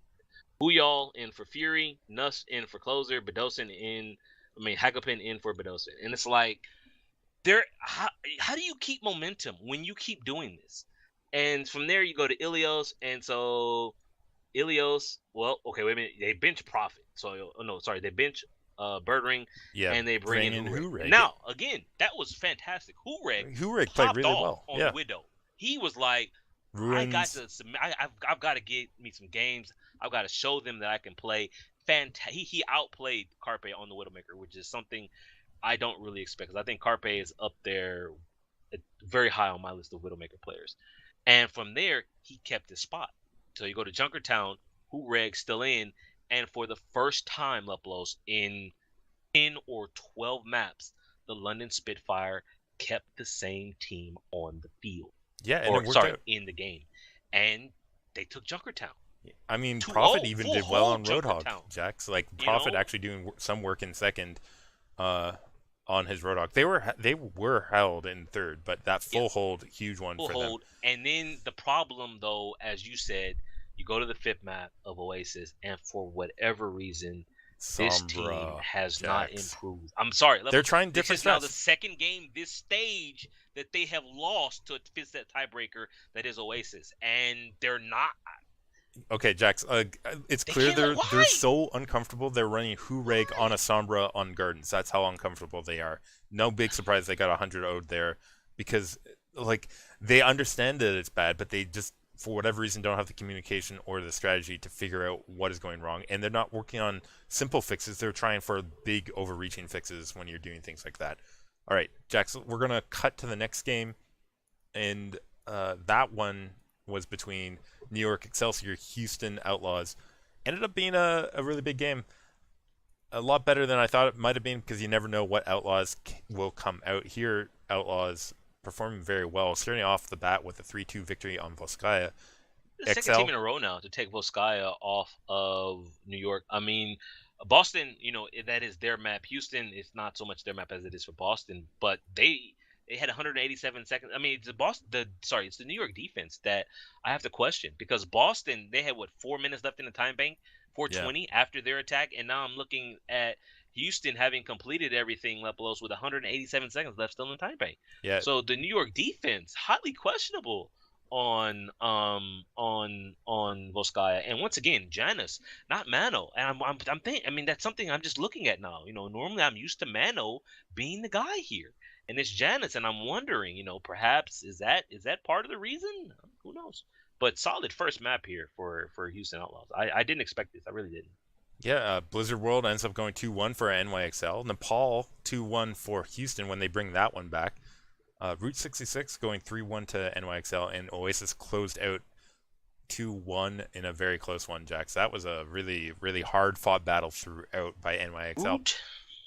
Route 66 is the Houston is for One that, Houston as Oasis is for London. yeah, they're They pretty bad on are that. Which terrible on that map. you have to wonder how this game could have gone if the map pools were different. And this is a question and concerns. No Like, Junkertown. I mean, no, if you imagine this was Junkertown, you have to wonder if Houston might have had the edge on that map. with the fourth map, Junkertown, that could have been a 3-1 victory. that would have Okay, been like we're talking spicy, questions. Lepelos. Yeah, That would exactly. have been super spicy. And I do want to say, But Oasis is still really close. Factor Fiction playing on 2 maps now. Yeah. He played on Volskaya and he played on Route 66. Still no Mendo I'm not sightings. surprised. Still no Mendo sightings. Mendo Kusai, No, not in that someone on rotation. Reddit, I think they had a happy birthday thread for Mendo Kusai. Here's the deal, and it's something that we have talked about before. I think we've talked about it more recently, a couple, like both podcasts. When it comes to Going to Houston, give you like just a minute. when it comes to Houston, the problem is still Jake. Yes, the problem is Jake because when Jake being unable to play Tracer, that means Linkser is their best Tracer. The problem is that Linkser is their best Genji. Linkser is their best hit scan. Linkser, when it comes to DPS, is their best player at any except for perhaps Pharah and Junkrat. Yeah. Junkrat for sure, perhaps Pharah as well. Well, and it ends up with this. He can't play levels. They need him to be able to flex onto the. He's stuck on Tracer. Yep. His Tracer can't hang with Zabalbi. Yeah, so you need to offset that with what he's good at, but he can't because he has to play Tracer. I mean, I don't disagree with you. Listen, I said this before, or I believe Tracer for the Houston Outlaws is really just the kid under a custody battle between Jake and Linkser right now, where they both have to play him at different points in time. He needs to be free. Linkser's thing is his hero pool. He can flex the hit scan or put his Genji or whatever. But he was literally stuck. I'm looking at Jake play Genji because he's stuck on Tracer. Come on, Houston. It's too late now, right? They can't make any changes. The only backup they have coming in at the middle of the stage is Arhan Lull because it's infuriating. Houston is there. They're so close. But the coaching staff, the general managers' refusal to acknowledge the Tracer problem is screwing this team. This could have been back-to-back losses for the New York Excelsior. Yeah. Except New York pull it out like champions do. They take it. They must-win game for them here. And we're on, Lepelos, Boston versus Florida. But if Boston can beat New York, Boston can sweep the Florida Mayhem. I mean, you would think that Temple of Anubis starts off well for them. Full hold on Anubis, man. That was not surprised at all, man. Not surprised at all. Harsh. I mean, Florida continually has problems on specific maps. I think Hollywood, for example, from stage 2. Okay, here they get 1-0'd on Temple of Anubis. Blizzard World, they do get far, but not far enough. 3-2 for Boston Uprising there. Nepal, they bring back to their side 2-0. Pretty solid play out of them there. Junkertown, hard-fought win 3-2. As they held out in the third phase. And then Oasis, unfortunately, not enough to deal with the Boston Uprising on that map. I think they had no going swoosh, into that no one, logics. but... I get it.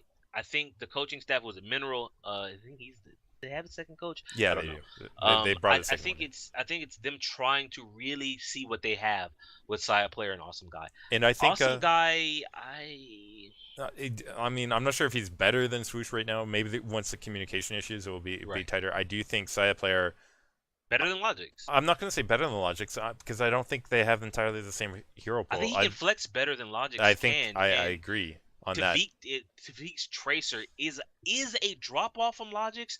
It's just I think it's still good enough to contend. And the flex that they get with Tavik and Saya Player, their DPS covers almost, I think not almost, it does cover everything at a really high level. Yeah, definitely very, very interesting stuff. This was Boston playing to the level of their opponent this week. With what they did against New York, they played to New York's level, beat them 3-2. For you to be forced to Game 5 on a reverse sweep here by Florida, this is one, you taking your foot off the gas after going up 2-0, and then 2, this is you not playing to your potential. I mean, that might be true. There might also be some of the tape now on mistakes is out there, so that he's going to get a better read on him. That'll be true particularly next week, though, I think.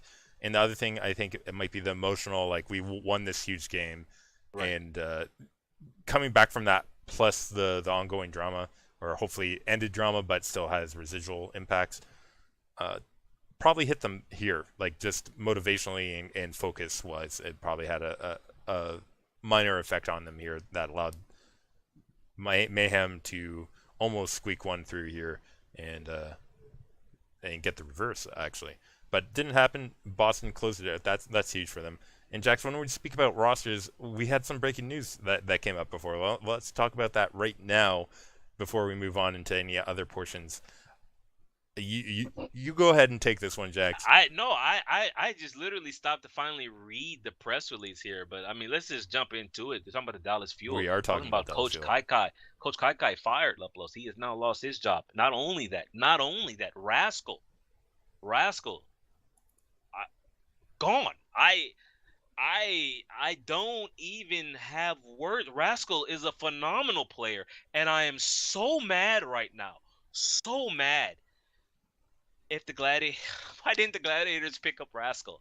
I really, when all these trades went down from stage 1 to stage 2, I'm saying, you got Fisher, why didn't you get Rascal, Gladiators? And now Rascal joins Envy on the plane back to Korea because the signing period is over.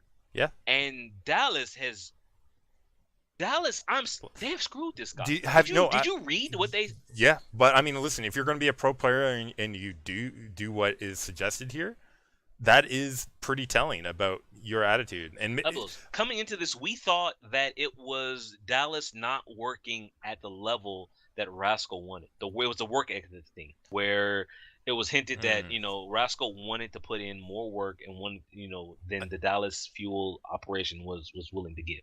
And so now when you said we had hoped that Rascal could add flexibility to our DPS lineup on the team this season.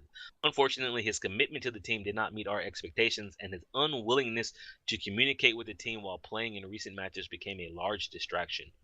What in the world has happened down there at Dallas? Yeah, listen, if he's at that point, you do not put him in a match, period. And you say, all you say to the people in your transparency is, we're working on communication issues with the team. Rascal's not ready for starting position or ready to play on stage with our lineup at this point. Now it just has me wanting to know more because I'm looking at the Dallas Fuel now, right? You have OGE, Korean main tank. You have Effect. The synergy of your dive should be there now. You've got your Tracer player Effect with a Korean tank. So what I'm saying is the communicate plus OG's English is very well is good from what I've heard. My English is bad the way I'm talking. It's just my mind has sped up again. I don't understand this. I mean, we've talked about. How do we go from what we heard about Rascal being such a hard worker and wanting to put forth the work to now saying his commitment to the team didn't meet expectations? Yeah, it's definitely disappointing. I guess there's clearly some internal things that were happening. I think that's part of why Kai was let go too. I have to look through the entire statement to see what he. I think it's pretty neutral about talking about Kai. There comes a time when change is necessary for the team to move forward, and we felt that time is now. You and I felt that was at the beginning of stage 3 when you had the three-way blow up between Kai, AKM, and Rascal. I mean, I think it was probably sooner than that. Kai has to fall on the sword, not fall on the sword. He has to be run over by the bus and gotten rid of. Yeah, it just took them half of stage 3 before they decided to do it. I mean, if this stuff was going on earlier, which I suspect it was, then he should have probably been let go earlier. They should have brought in proper people and dealt with these kinds of issues. Jax, that's all we're going to have to say on that. We are going to move ahead and into the rundown section. What is there? Oh, Contenders. Oh, okay. We're going to have to throw out the thanks. I first saw that from our Discord, actually, where Zushakon managed to get that breaking report out to me. Toasty, I believe, had that in chat not far after that. Anyways, Jax, let's move ahead. I have to go to TMZ, Overwatch TMZ people. That is the subreddit where you go for all the good information. While Lepolos does the stuff that pays the bills, he's gonna hit you with that rundown. I am going. He's gonna go ahead and read about that. But we have contenders, Jax, going on. We had end of regular season play last week, so I'm just gonna jump to the results out of that. In North America, Group A, Toronto Esports ending 4-1, Gladiators Legion 4-1, XL2 Academy 3-2, Mayhem Academy 2-3, Grizzly Esports last night leftovers, unfortunately not making it through. We believe we already knew that one going in. Group B, yeah. There was a question about NRG versus Simplicity making it out. Down at the bottom, Energy able to get the 3-2 win. Simplicity just or was Optic actually, I think, had to make sure they won. It was sort of a three teams out there. Anyways, we end up with Fusion, Envision, Optic, and Energy Esports as 1, 2, 3, 4 in Group B. We already had some playoff games played in the North American region. Yep. Toronto Esports winning 3-1 over Energy Esports. Envision Esports, Jax, 3-2 over XL2 Academy. I was watching. I was actually, it's part of the reason why I was late to the podcast. I was watching this series live between Envision and XL2. Huge win for Envision. Huge win. I mean, you have XL2 sub team of the Excelsior level, so big. You got You got big big names on it. juggernaut against the upstart buy-in team here. Not buy-in. The Envision actually qualified from their season 1 performance, so they had automatic entry in. Really, really big win for Envision. I thought XL2 were going to figure it out. Finally, Leplos. Flower unable to carry. Can't carry Mangachu that hard, I guess, Jax. Oh. But no, okay. Well, listen, I haven't even seen the game, so I can't comment on that. I'm just kidding. Listen, Mangachu's my hometown hero right now. One of the few people I know playing video games from my area. But Jax, let's move over to Europe, where we had regular season action finish off. Feels bad. I'm looking at the 3 maps that Envision won: Nepal, Hanamura, and Oasis. Another one of those series where the game modes that I think should matter the most, the team that lost won those 2 maps. They took Numbani, they took Dorado, the payload, and the hybrid, but they lost both the control maps and they lost the 2CP. Yeah, there you go. The team seemed to like 2CP, Jax. Not 2CP, King of the Hill control point. There's no way to weigh these games. They all have to have equal value, and I think. I just really think that the better team lost here. Like, the payload should matter more, dude, but it doesn't. So you were taking us on to another region, I think, before I went on my tangent. Yeah, we're moving over to the European region, where we had the end of regular season play. I think Group B again was the undecided one. I don't think Group A had much other than a couple movement. Group A, we ended up with British Hurricane 4-1, Angry Titans 3-2, Orgulous and Hungry 3-2, Team Gigante 3-2. Team Singularity, and that's a disband down at the bottom with 1-4 scoreline. Sort of a disappointing season for Team Singularity, I'm sure. Group B, on the other hand, we did have one deciding matchup here between at the bottom. But before I get there, Eagle Gaming City had a perfect scoreline, 5-0. The only perfect team so far in Europe. CIS Hope 4-1. Copenhagen Flames 3-2. Young and Beautiful winning their matchup here against Bazooka Puppies. 3-2, including a 6-5 scoreline on Junkertown to close it out, Jax. And I believe Bazooka Puppies, if I'm not mistaken, they had a release. I'm not sure if they're done, but they certainly... they have Bazooka Puppies. They've given it up. They're all going their separate ways. Yeah, so Bazooka Puppies unfortunately have blown up. Jax, their playoff games for the European region are coming in just about a week's time.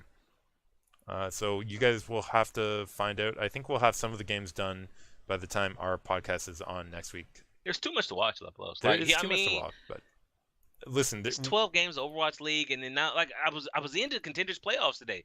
Toronto, by the way, super strong team. Wow. You can imagine a couple of those players getting picked up. There's no doubt about that. The main tank, man.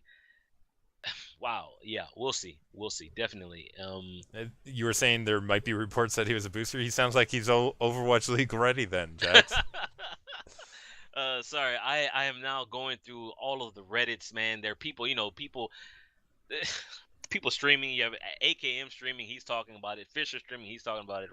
XQC. He's talking about it. But you're taking us through. Are we done with Europe? And now we're moving on to another region. We're going to go over to Korea. Week 4 matches. Okay. We're not done here, but I'll just mention a couple of major scorelines here that were interesting to me.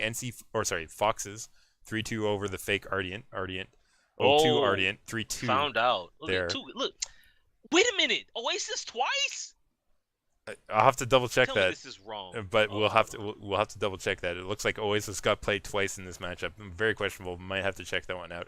On the other side, Jax, Meta Athena losing. Why was it played twice? And they lost both. It was played twice. I don't know why. Okay. Meta Athena losing to Meta Bellum. Meta Bellum securing their clear dominance over their sister team here. very concerning when your B team supposedly is beating Wait, your did A team. MVP Space beat 7? No. And MVP Space beat 7, What? 3-1. That you're absolutely right. So MVP Space now has a win on the board. And you gotta be concerned if you're a 7 fan because you thought they might be the team that goes undefeated in Yeah. Group B, and now instead they're behind Runaway now. Runaway with a +10 map score line, 7 I mean, with a +6. here's the problem now. If you're 7, you have to play O2 Ardian. You need to beat them. For Group B, you do if this works like I think it does, the bottom of one plays top of the other. Everything that I hear says Element Mystic could beat half the teams in Overwatch League right now. If you're 7 and you're second and you lose to Ardian and you fall to fourth, that means in the first game of the playoffs you're facing Element Mystic. You don't want to face them. So So this is a must-win game now for both of these teams because just to avoid, sooner or later you're gonna have to play them. You just don't want to play them first, Jax, my good man. big game of this final week though, one deciding match left. That's for the final spot in Group Yep. A. And that's between Kongdu, Panthera, and Blossom. That's happening in 4 hours and 8 minutes. I'm not going to stay up for that one, but I will definitely pay attention to that one tomorrow and see what happens. Is that winner takes it? Let me see. A winner? Wow. Oof. So Yep. close, man. Yeah, winner Wow. winner gets through here in 4th place. So this is a must win for both those teams to try and make it into the playoffs of Korean That's right, Overwatch Blossom. Contenders. That's right. I was like, Blossom sounded familiar to me. London Spitfire just stole the coach. Yeah. Blossom, hopefully he's still, he has to go through the visa process. Hopefully he's allowed to help this team. What a time. What a time to lose your head coach, man. Oh no. Yeah. And see, this is what I'm talking about. You know who else left Blossom, right? You know who else left? Gambler. So now this team who was knocking on the playoff door, Lepolos, they've lost Gambler. He's now starting for Seoul Dynasty, and now they lose their head coach to the Lens Spitfire. What are these Contenders teams supposed to do when they just get poached? Yeah, they're gonna struggle. I guess maybe even contender teams need to have like a second lineup eventually too. I don't think the money's there for these contender teams to do that realistically. Jack, speaking of not having money, let's move to South America. I believe there was what a segue. a report coming from there about someone getting banned, if I remember correctly. It was a player for Black Dragon Esports. I forget who. I think it was Tiago. I believe it was. Yeah, it was like TH7 of Black Dragons. Yeah. Yeah, so Black Dragons Esports finishing in Group A in 4th place. I said DPS. Who is? It doesn't matter. Yeah, go for it. Here we are. We know the standings. I'm just going to go through the standings here. Brazil Gaming House 4-1. Isurus Gaming 4-1 in Group A. Brazil Gaming House has that map score line though at the top. Just W 3 and Wait, 2. didn't Isurus beat them? It's not. It's not head to head. It's first map. More than map standing. Yeah. I view map scoreline more important. Okay. Personally, but and you know what it is? It's the very first game of the season where I was like, "What is happening?" Where Isurus lost 0-4 to Black Dragon, and Black Dragon did very little after that, but Isurus has picked it up. But it was that very first game is the difference. So.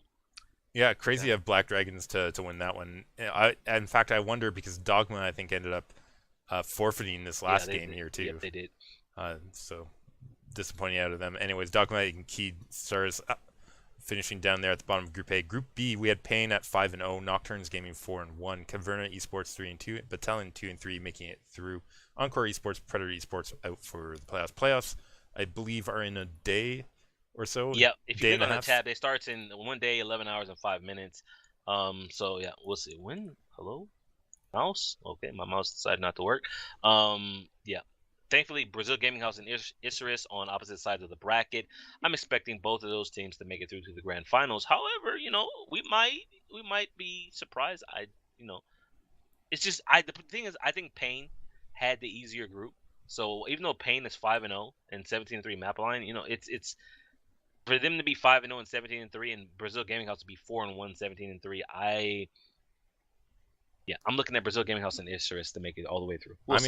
I mean that's like the classic matchup for South America. We'll probably comment on that one if it makes it there. Oh no, that's right. I'm sorry, I was confused. Pain. Remember we had that switch at the end of March. Pain picked up half of the old Brazil. It got Muriz, Calero, Fassi, and the old coach. Yeah. Oh, that's what happened. Lepelos. That's what happened. So Payne picked up Muriz, Fasti, Calero, and the coach. You know where they came from? Black Dragon Esports. So you're saying how it's crazy how Black Dragon can beat Isurus that first game and and then then move don't do on. anything for the rest of the season. It's because Jack's half their team went to the other that team. poaching serious, I This guess, even makes in contenders levels. South America is now spicy, Lepelos. Week. Yes, I don't. When am I gonna watch it? When do I have time to watch this? I don't know. The casting pretty entertaining. Plus those Brazil guys on Overwatch Contenders sent us that love on Twitter. So thank They you did. I if you appreciate guys the are shout watching. out. I see. I completely forgot about that trade. This explains Payne. The Yep. playoffs for me now are Sort of okay. up in the air. We'll see what comes out Semifinal of it. between Isurus and Payne Gaming is going to be huge. I can't wait for it. But you're now taking us from South America to what part of the world? We are going to Australia. Group A got decided when Kanga took on Serenity this week. It was Kanga taking on a 3-1 victory over Serenity to earn that 4th spot. So now we know Group A is decided as Darksided 5-0, sitting at the top. Blank Blue, Legacy Esports, Kanga Esports, all going through into the playoffs. If I'm not mistaken, as of right now, Blank Blue and Legacy Esports are playing. It is 1-0 Blank Blue over Legacy. All right, Group B, though, we still have some undecided teams. Masterminds GC sitting at the top with a 4-0. Sydney Drop Bears 4-1 as it stands. Below them, Knock Predators, Justman, and Gaming, Alter Ego. All of those teams can make it through, although the pathway for Alter Ego pretty harsh right now. They need a win over Masterminds GC. I don't think they're going to beat Masterminds. Yeah, so I think that game might have already happened. I just haven't found it yet. I don't think so. I don't think so. I think it's going live shortly. Or it might be live right now. It might be live right now. But does Jam versus Knock matter? Yeah, that matters for positioning. It will matter for who gets into 3rd or 4th. So yeah, because Alter Ego's not going to. They're not going to win. Yeah, let's be honest. Okay, so that's how things shape up. When do their playoffs start? I think it's in a week, probably well. Probably in a week. Yeah, you're probably right. So take a look for that. We're gonna have a lot of coverage necessary for. Who has time? People, we need correspondents from all these regions to watch these games and report back. Give us a rundown. Help us out. Yeah. Speaking of helping us out, Group A well decided in Overwatch Contenders Pacific region. Detonator Korea still sitting up at 4-0. Okay. Hong Kong Attitude 3-1 though behind them. Matchy Esports, Talon Esports 2-2, Chaos Theory, Bazaar out of Group A action. Group B, Blank Esports sitting at 4-0, Mega Esports 4-1. You know who that Blank one got loss pushed came by to. Mega big time. It was 3-2, really close game. But Mega having 3 games this week, Jax, and 2 of them going to Game 5. The second one went to 5 with Xavier as well. Yep. And they won that one in a 3-2. A-Bang sitting in 3rd and tied with Xavier, except for they have a neutral map scoreline. Xavier -4 right now. Yoshimoto end count still has a chance, but they're 0-3. Jax, I feel like they're not. They're done. They're one shine 0-4. It's just seeding right now is the only thing they're trying to figure out. Yeah, and even then we'll see what happens between A-Bang and Xavier. Do they have a head-to-head? That's my question right now. They do. On April 19th. Which is in 3 days, 7 hours, they will be having a head-to-head matchup to decide that. All right, Jax, that takes us out of the Pacific region. We are moving over into China Contenders. It's too much. Okay. I agree. There is a lot going on. This week we've only had a couple matches. It looks like we had the end of quote-unquote Week 5 and Week 6 happen. And Vici Gaming taking a win. They didn't make it. Oh, Vici. Close but no cigar. They tied on record, but the maps didn't carry them there, man. Oh, Vici. Yeah, unfortunately with League and Esports winning over T1W, Jax, that's the difference here. Yeah. They got that victory, and that was enough to make sure League N got in 4th in Group A. Other teams in Group A sitting at the top, Lucky features Zenith 5-0. Team CC and T1W also making it through in spots 2 and 3. Big game for Lucky Future Zenith over CC. Yes, it was earlier today.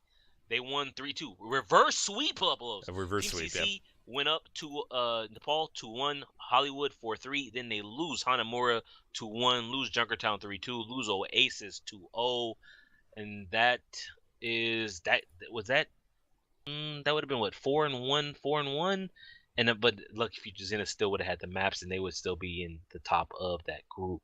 Interesting. Okay. Yeah. So playoffs are set, right?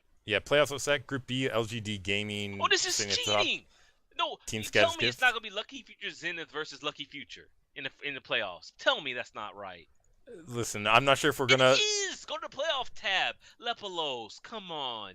Yeah, good luck, Lucky Future, because Lucky Future Zenith is gonna peek you out on that one.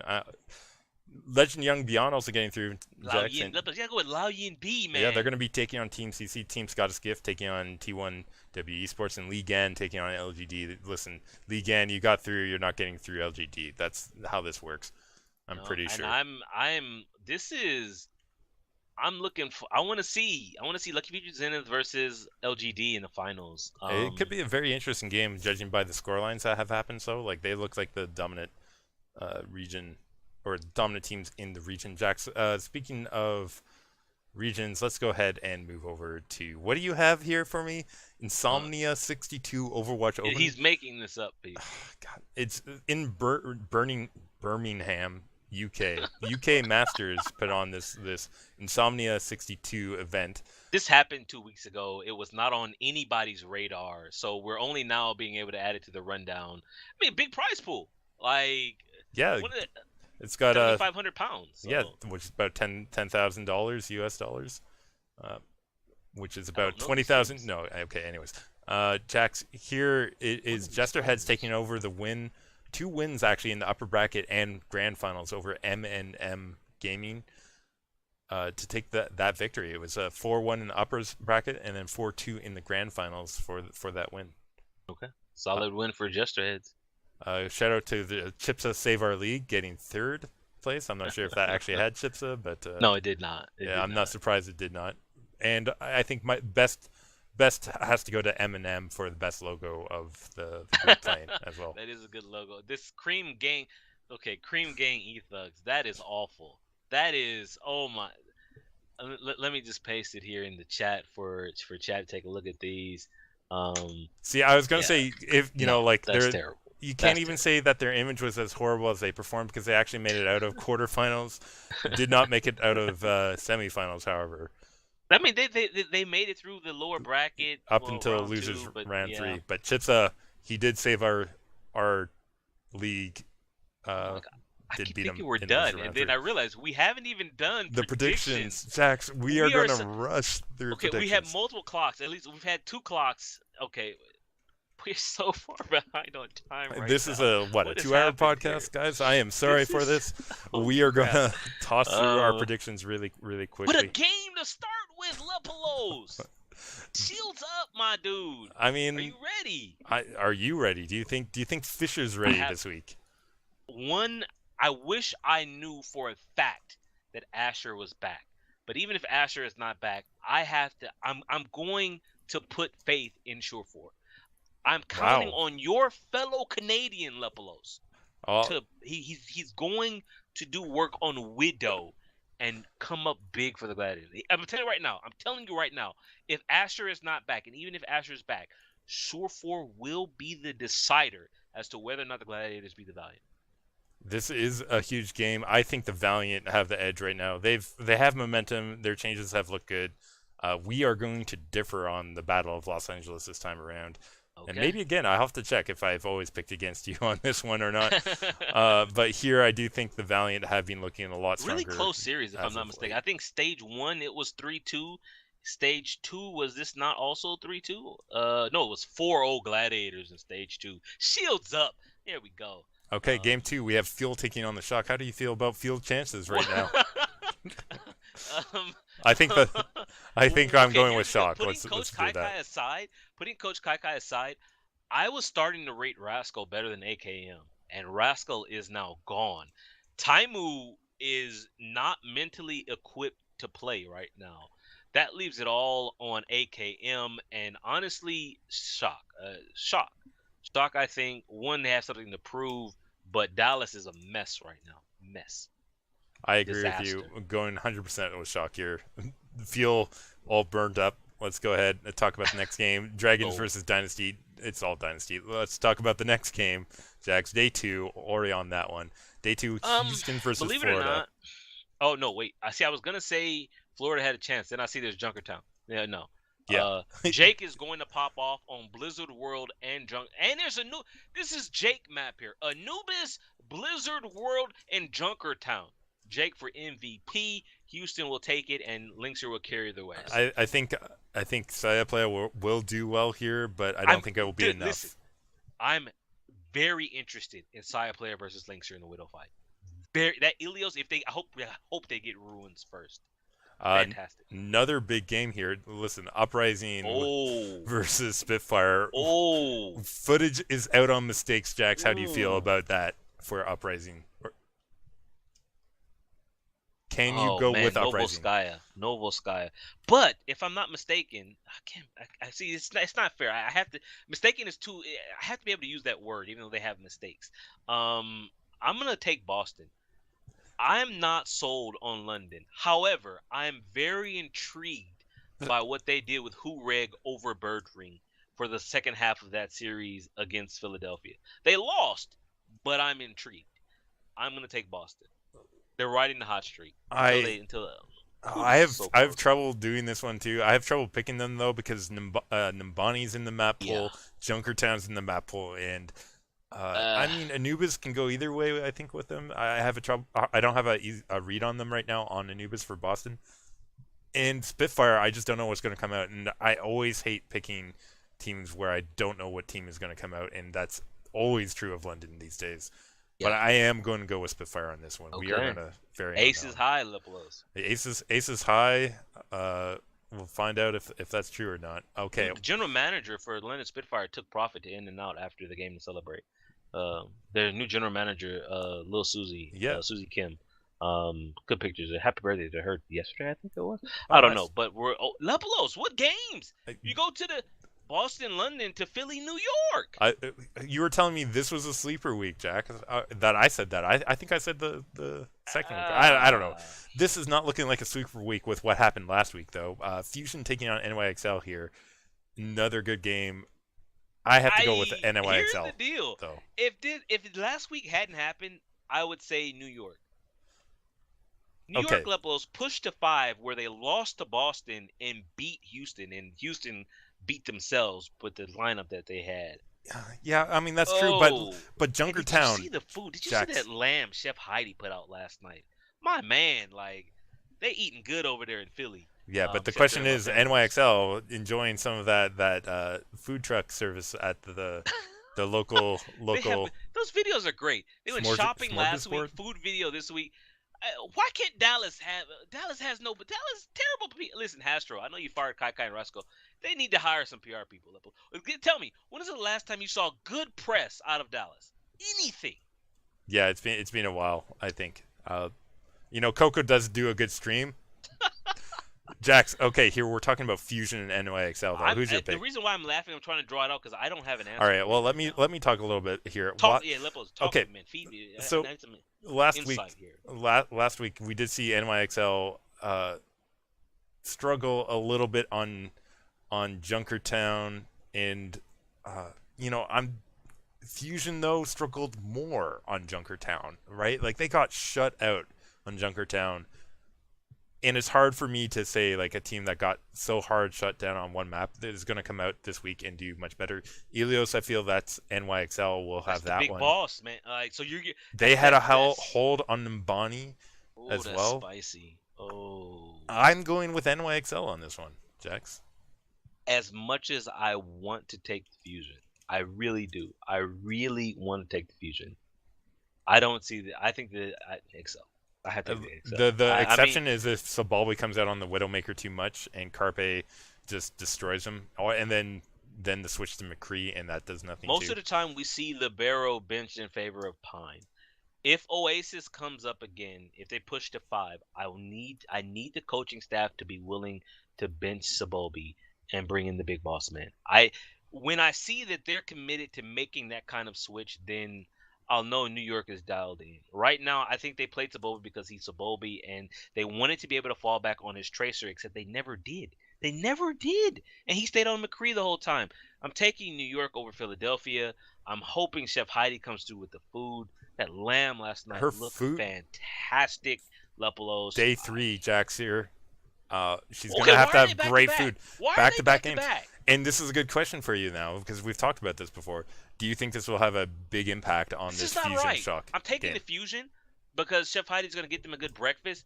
This is not right. They should not be back to back here. I don't like that at I all. think I think Shock are gonna play for this one really, really hard, and I think that might give them the edge with the back-to-back games, like late one night, early the next. I think Fusion will come out flat here for the Shock, I purely honestly, based on schedule, and I think that gives Shock, who only care about this game this week, because let's be honest, wow. Oh, Fuel, like that's is the there? early matchup in Oh, the week. I think this gives Shock an edge here if and they not only prep that, well. every map is different. There's no bleed over. There is completely different maps for both games. This Wow. this is sort of a This is not. This is. I'm sorry. This is not fair to the I Philadelphia agree. Fusion. However, I am very much looking forward to 150K going up against Carpe and Snillo, and I think he's gonna get wrecked. I really do. I But I think that's a I'm strong taking Philly. possibility, but I'm putting a lot of faith here in terms of preparation for the Shock and that back-to-back late to first. Is Choyo Ben ready? Okay, Leplos is going Shock. I'm Fair going question. Fusion. Yeah, Next game, yeah. Jack's Mayhem versus Dragons. We're going Mayhem. Wow. I'm I'm guessing. taking Florida, but I would love. This is their time. This is their moment. If they want to shock us, this is it. I don't think they have the communication down in a week. Jax, I'm gonna have to flag that one for the wrong pun on the wrong team. Uh, Because Dragons definitely not going to, I think, surprise us here. I think they're still going to have the I issues I against really wish Mayhem. I knew what's going on with my boy Sky. They're not even running Sky anymore, man. And the Already not support, running him. That's the troubling. support for Shanghai is so refill and old. Never mind. Yeah, we'll see. Dynasty, another big game against a Korean team this week, though, Holy in third game crap. of day 3, And it's Uprising Volsky. versus Dynasty. Oh This makes it hard, no. though. They have 2 games in 2 days again, Jax. Look at this. 2 games in 2 At days, least it's and not back to back. Is there any bleed over? Nope. Oh man, this I is I have to go with Dynasty on this one. one. Okay, well, Sky, I'm giving to Boston. Yeah, I agree with that one. You know what? It's hard because it's Dynasty, Jax, and how can we pick Dynasty? I mean, I'm assuming Fleta is over the cold. This could be what? you see, Jax is speechless. Everyone, Jax is I speechless about need, this one. I need information, man. I need to know, is Fleta available? Have the Soul Dynasty coaches figured out they need to play Zumba? I think Zumba was hurt. That's why they played Zephyr. But Zephyr for me is terrible. I'm gonna take Soul Dynasty. Are you going with me on Soul I Dynasty on don't this want one? to. I don't want to. I Really think don't want to. I think the tape will help him. I think there will be a I bit of a really don't want to take. down week No, for the Uprising no. this week, but Reverse it. We're going Boston. We're Jax is doubling feeling down on Huck, the GM of the year, on mistakes to not make a mistake and mistakes to beat Fleta at the Widow game. We're taking Boston. Gamsu to outplay Miro to be the deciding factor. Jax, There you go. another really good game to start off day 4. We had the Spitfire taking on Valiant. Who do you think can win this one? Do you think Holy Valiant has it into them? Listen, dude, what is with these games? Really, really good games, Jax. This is a hard one to decide. Wow. Do you trust in the Wow. Valiant recent performance enough to take them over Spitfire here? I trusted them to take them over Gladiators. That's still sort of a maybe. Spitfire sort of up and down. Like they need to bounce back this week against both Boston and Valiant. I think they have it in them, but it depends on what profit shows up and how much soon pops off. I take London. You're going with London on this one. I am take going with London on this Valiant one. because I think the soon work has been really good as of late, and I think that's going to carry them through a Spitfire team that's been sort of up and down. I think they'll be up for Boston, down for this one, based on their recent play. I think I'm going to lose a lot of my picks this week. I'm not confident on majority of these. I really on these close games I'm not confident at all. I But agree with you. This is a good thing. This is such a good thing for the Overwatch League for there to be. Previously, it was all Korean team wins. For right? those who are downloading the podcast, you'll see the title of it. For those of you here in chat, you don't see our Google Doc. The title of episode 3, "The West Rises to Meet the East." I didn't even know. I didn't even notice the connection with our game of the week, Uprising and Rises to Meet the East. But what a performance! And it would have been even better if. And I meant to lead with this, but I didn't want to spoil the results, Lepelos. We had the Seoul Dynasty, London Spitfire, New York Excelsior all lose a game this last week. Yeah. It could have been a clean sweep for the West, except for Houston and their tracer issues. What this is? Yeah, What a fan! I mean, it could have been a huge week. it It was what a a huge difference week. a stage makes, man. Like what a you could not have. No one expected this. I mean, This is you say that fantastic Overwatch Shanghai right now. Dragons still looking like Shanghai Dragons. Miami, Florida mean, is still looking a little But Lepelos, I Florida-esque. mean, when you listen, right this moment, right this very minute, you look at the top 4 for playoffs for stage 3: Los Angeles Valiant, Boston Uprising, New York Excelsior, Los Angeles Gladiators. Yeah, that's a big surprise from over Wow. where we've been in 2-2. Seoul Lepelos, Dynasty is tied with San Francisco Shock. Seoul down there fighting for 5th and 6th. Would you have it if I tell you have to go all the way down to 8th place to find the London Spitfire? Yeah, Spitfire are having a horrible stage. Let's be honest. -3 map line, Lepelos. And I'm hopeful they'll pick up one game this week, but not the other. We'll see how they do. -3. We're not even done though, Jax. Oh, what a game for the Gladiators! Oh no. We've got NYXL versus LA Gladiators. No. Jax, shields up or shields down on this one for you? Oh no. What's the map pool? Please. He's No. concerned. Anubis, Blizzard World, Ilios, See, Junkertown. here's the deal. This is Widow territory. I'm not, Lepelos, Anubis, Blizzard World, Ilios, and Junkertown. That's Widow on every map in this series. But Pine probably will not play Blizzard World. Probably will not play Anubis. They did. They ran Pine on Blizzard World. Did they? Yeah, like yeah. one time. Yeah, okay. No, So they that ran might be. Pine on Blizzard World against who did they play? Against the second game against Houston. They ran Pine on Blizzard World. Yes, they did. There's a they won chance. That map. Yeah, they might bring that out again. Jax, who do you feel though? Excelsior. Honestly, as much as I love the Gladiators, this would be a massive upset for them to win this series that is so Widow dominant. I would be shocked. I would be shocked, and I will give Surefour all the props in the world if he pulls it off. But he would have to show consistency that I have not seen from him since Cloud9. And not Cloud9 with Bishop. I mean Cloud9 original. They used to duke it out with Envy back in the day. All right, Jax, we're going to move it on to talk about Outlaws versus Fuel. Who do you feel has this Battle one? for Texas, Outlaws. Listen, we know Fuel's I can't. Dallas, I mean Dallas. I put them up to beat. I wouldn't even pick Dallas to beat Florida right now.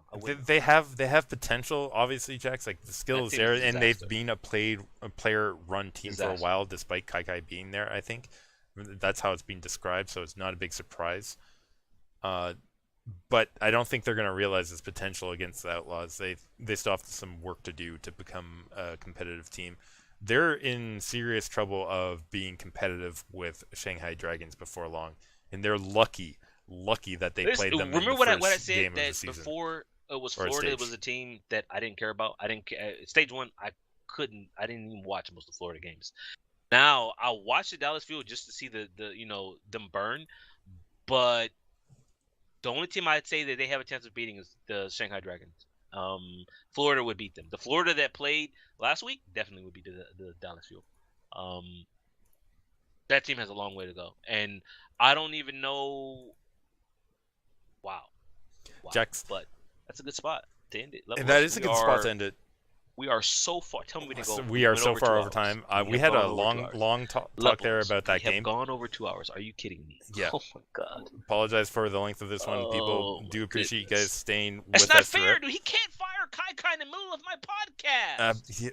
Listen, I mean, you can't fire me in this podcast either, Jax, because I went too long, but we did go long. Do follow us on Twitter. Toasty can definitely fire that guy. I can fire for sure. Toasty Lock on Twitch. Make sure you follow him, but follow us as well on Twitter for @OW Rundown. I'm @Leplos. He's @Jax_Blake. You can find us Twitch live 9 p.m. PST on Sundays on Twitch TV /Leplos. as well on YouTube. Just look up Leplos. You'll find us there. Is there any other things you need to say before we call this one? No, just honestly, people. I know we focus a lot on Overwatch League. Contenders right now Hot is stuff. really good. There are games in every region almost. Every region almost. I mean, some okay, maybe not the Pacific, but Ouch. American. They're in the North American playoffs are going on. We're moving into playoffs. The Brazilian one who listen, gets to semifinals is going to be really good watch stuff. if you have time. Don't discount the Contenders. Really, really good games playing. Right. I mean, XL2 versus Oh my goodness, they just played. Sorry, my mind is. I've already shut down. I've went to the Reddits, and Reddit it damages your brain. Jack's got to The get this XL2 Rascal versus Kai Envision. Kai stuff, but Yeah, that's going to be it for us tonight on Jack's Music Out. I have so many tabs. Sorry, I have so many tabs. I'm gonna stop. That talking over the music, Jax. That's the thing I we do. forgot, dude.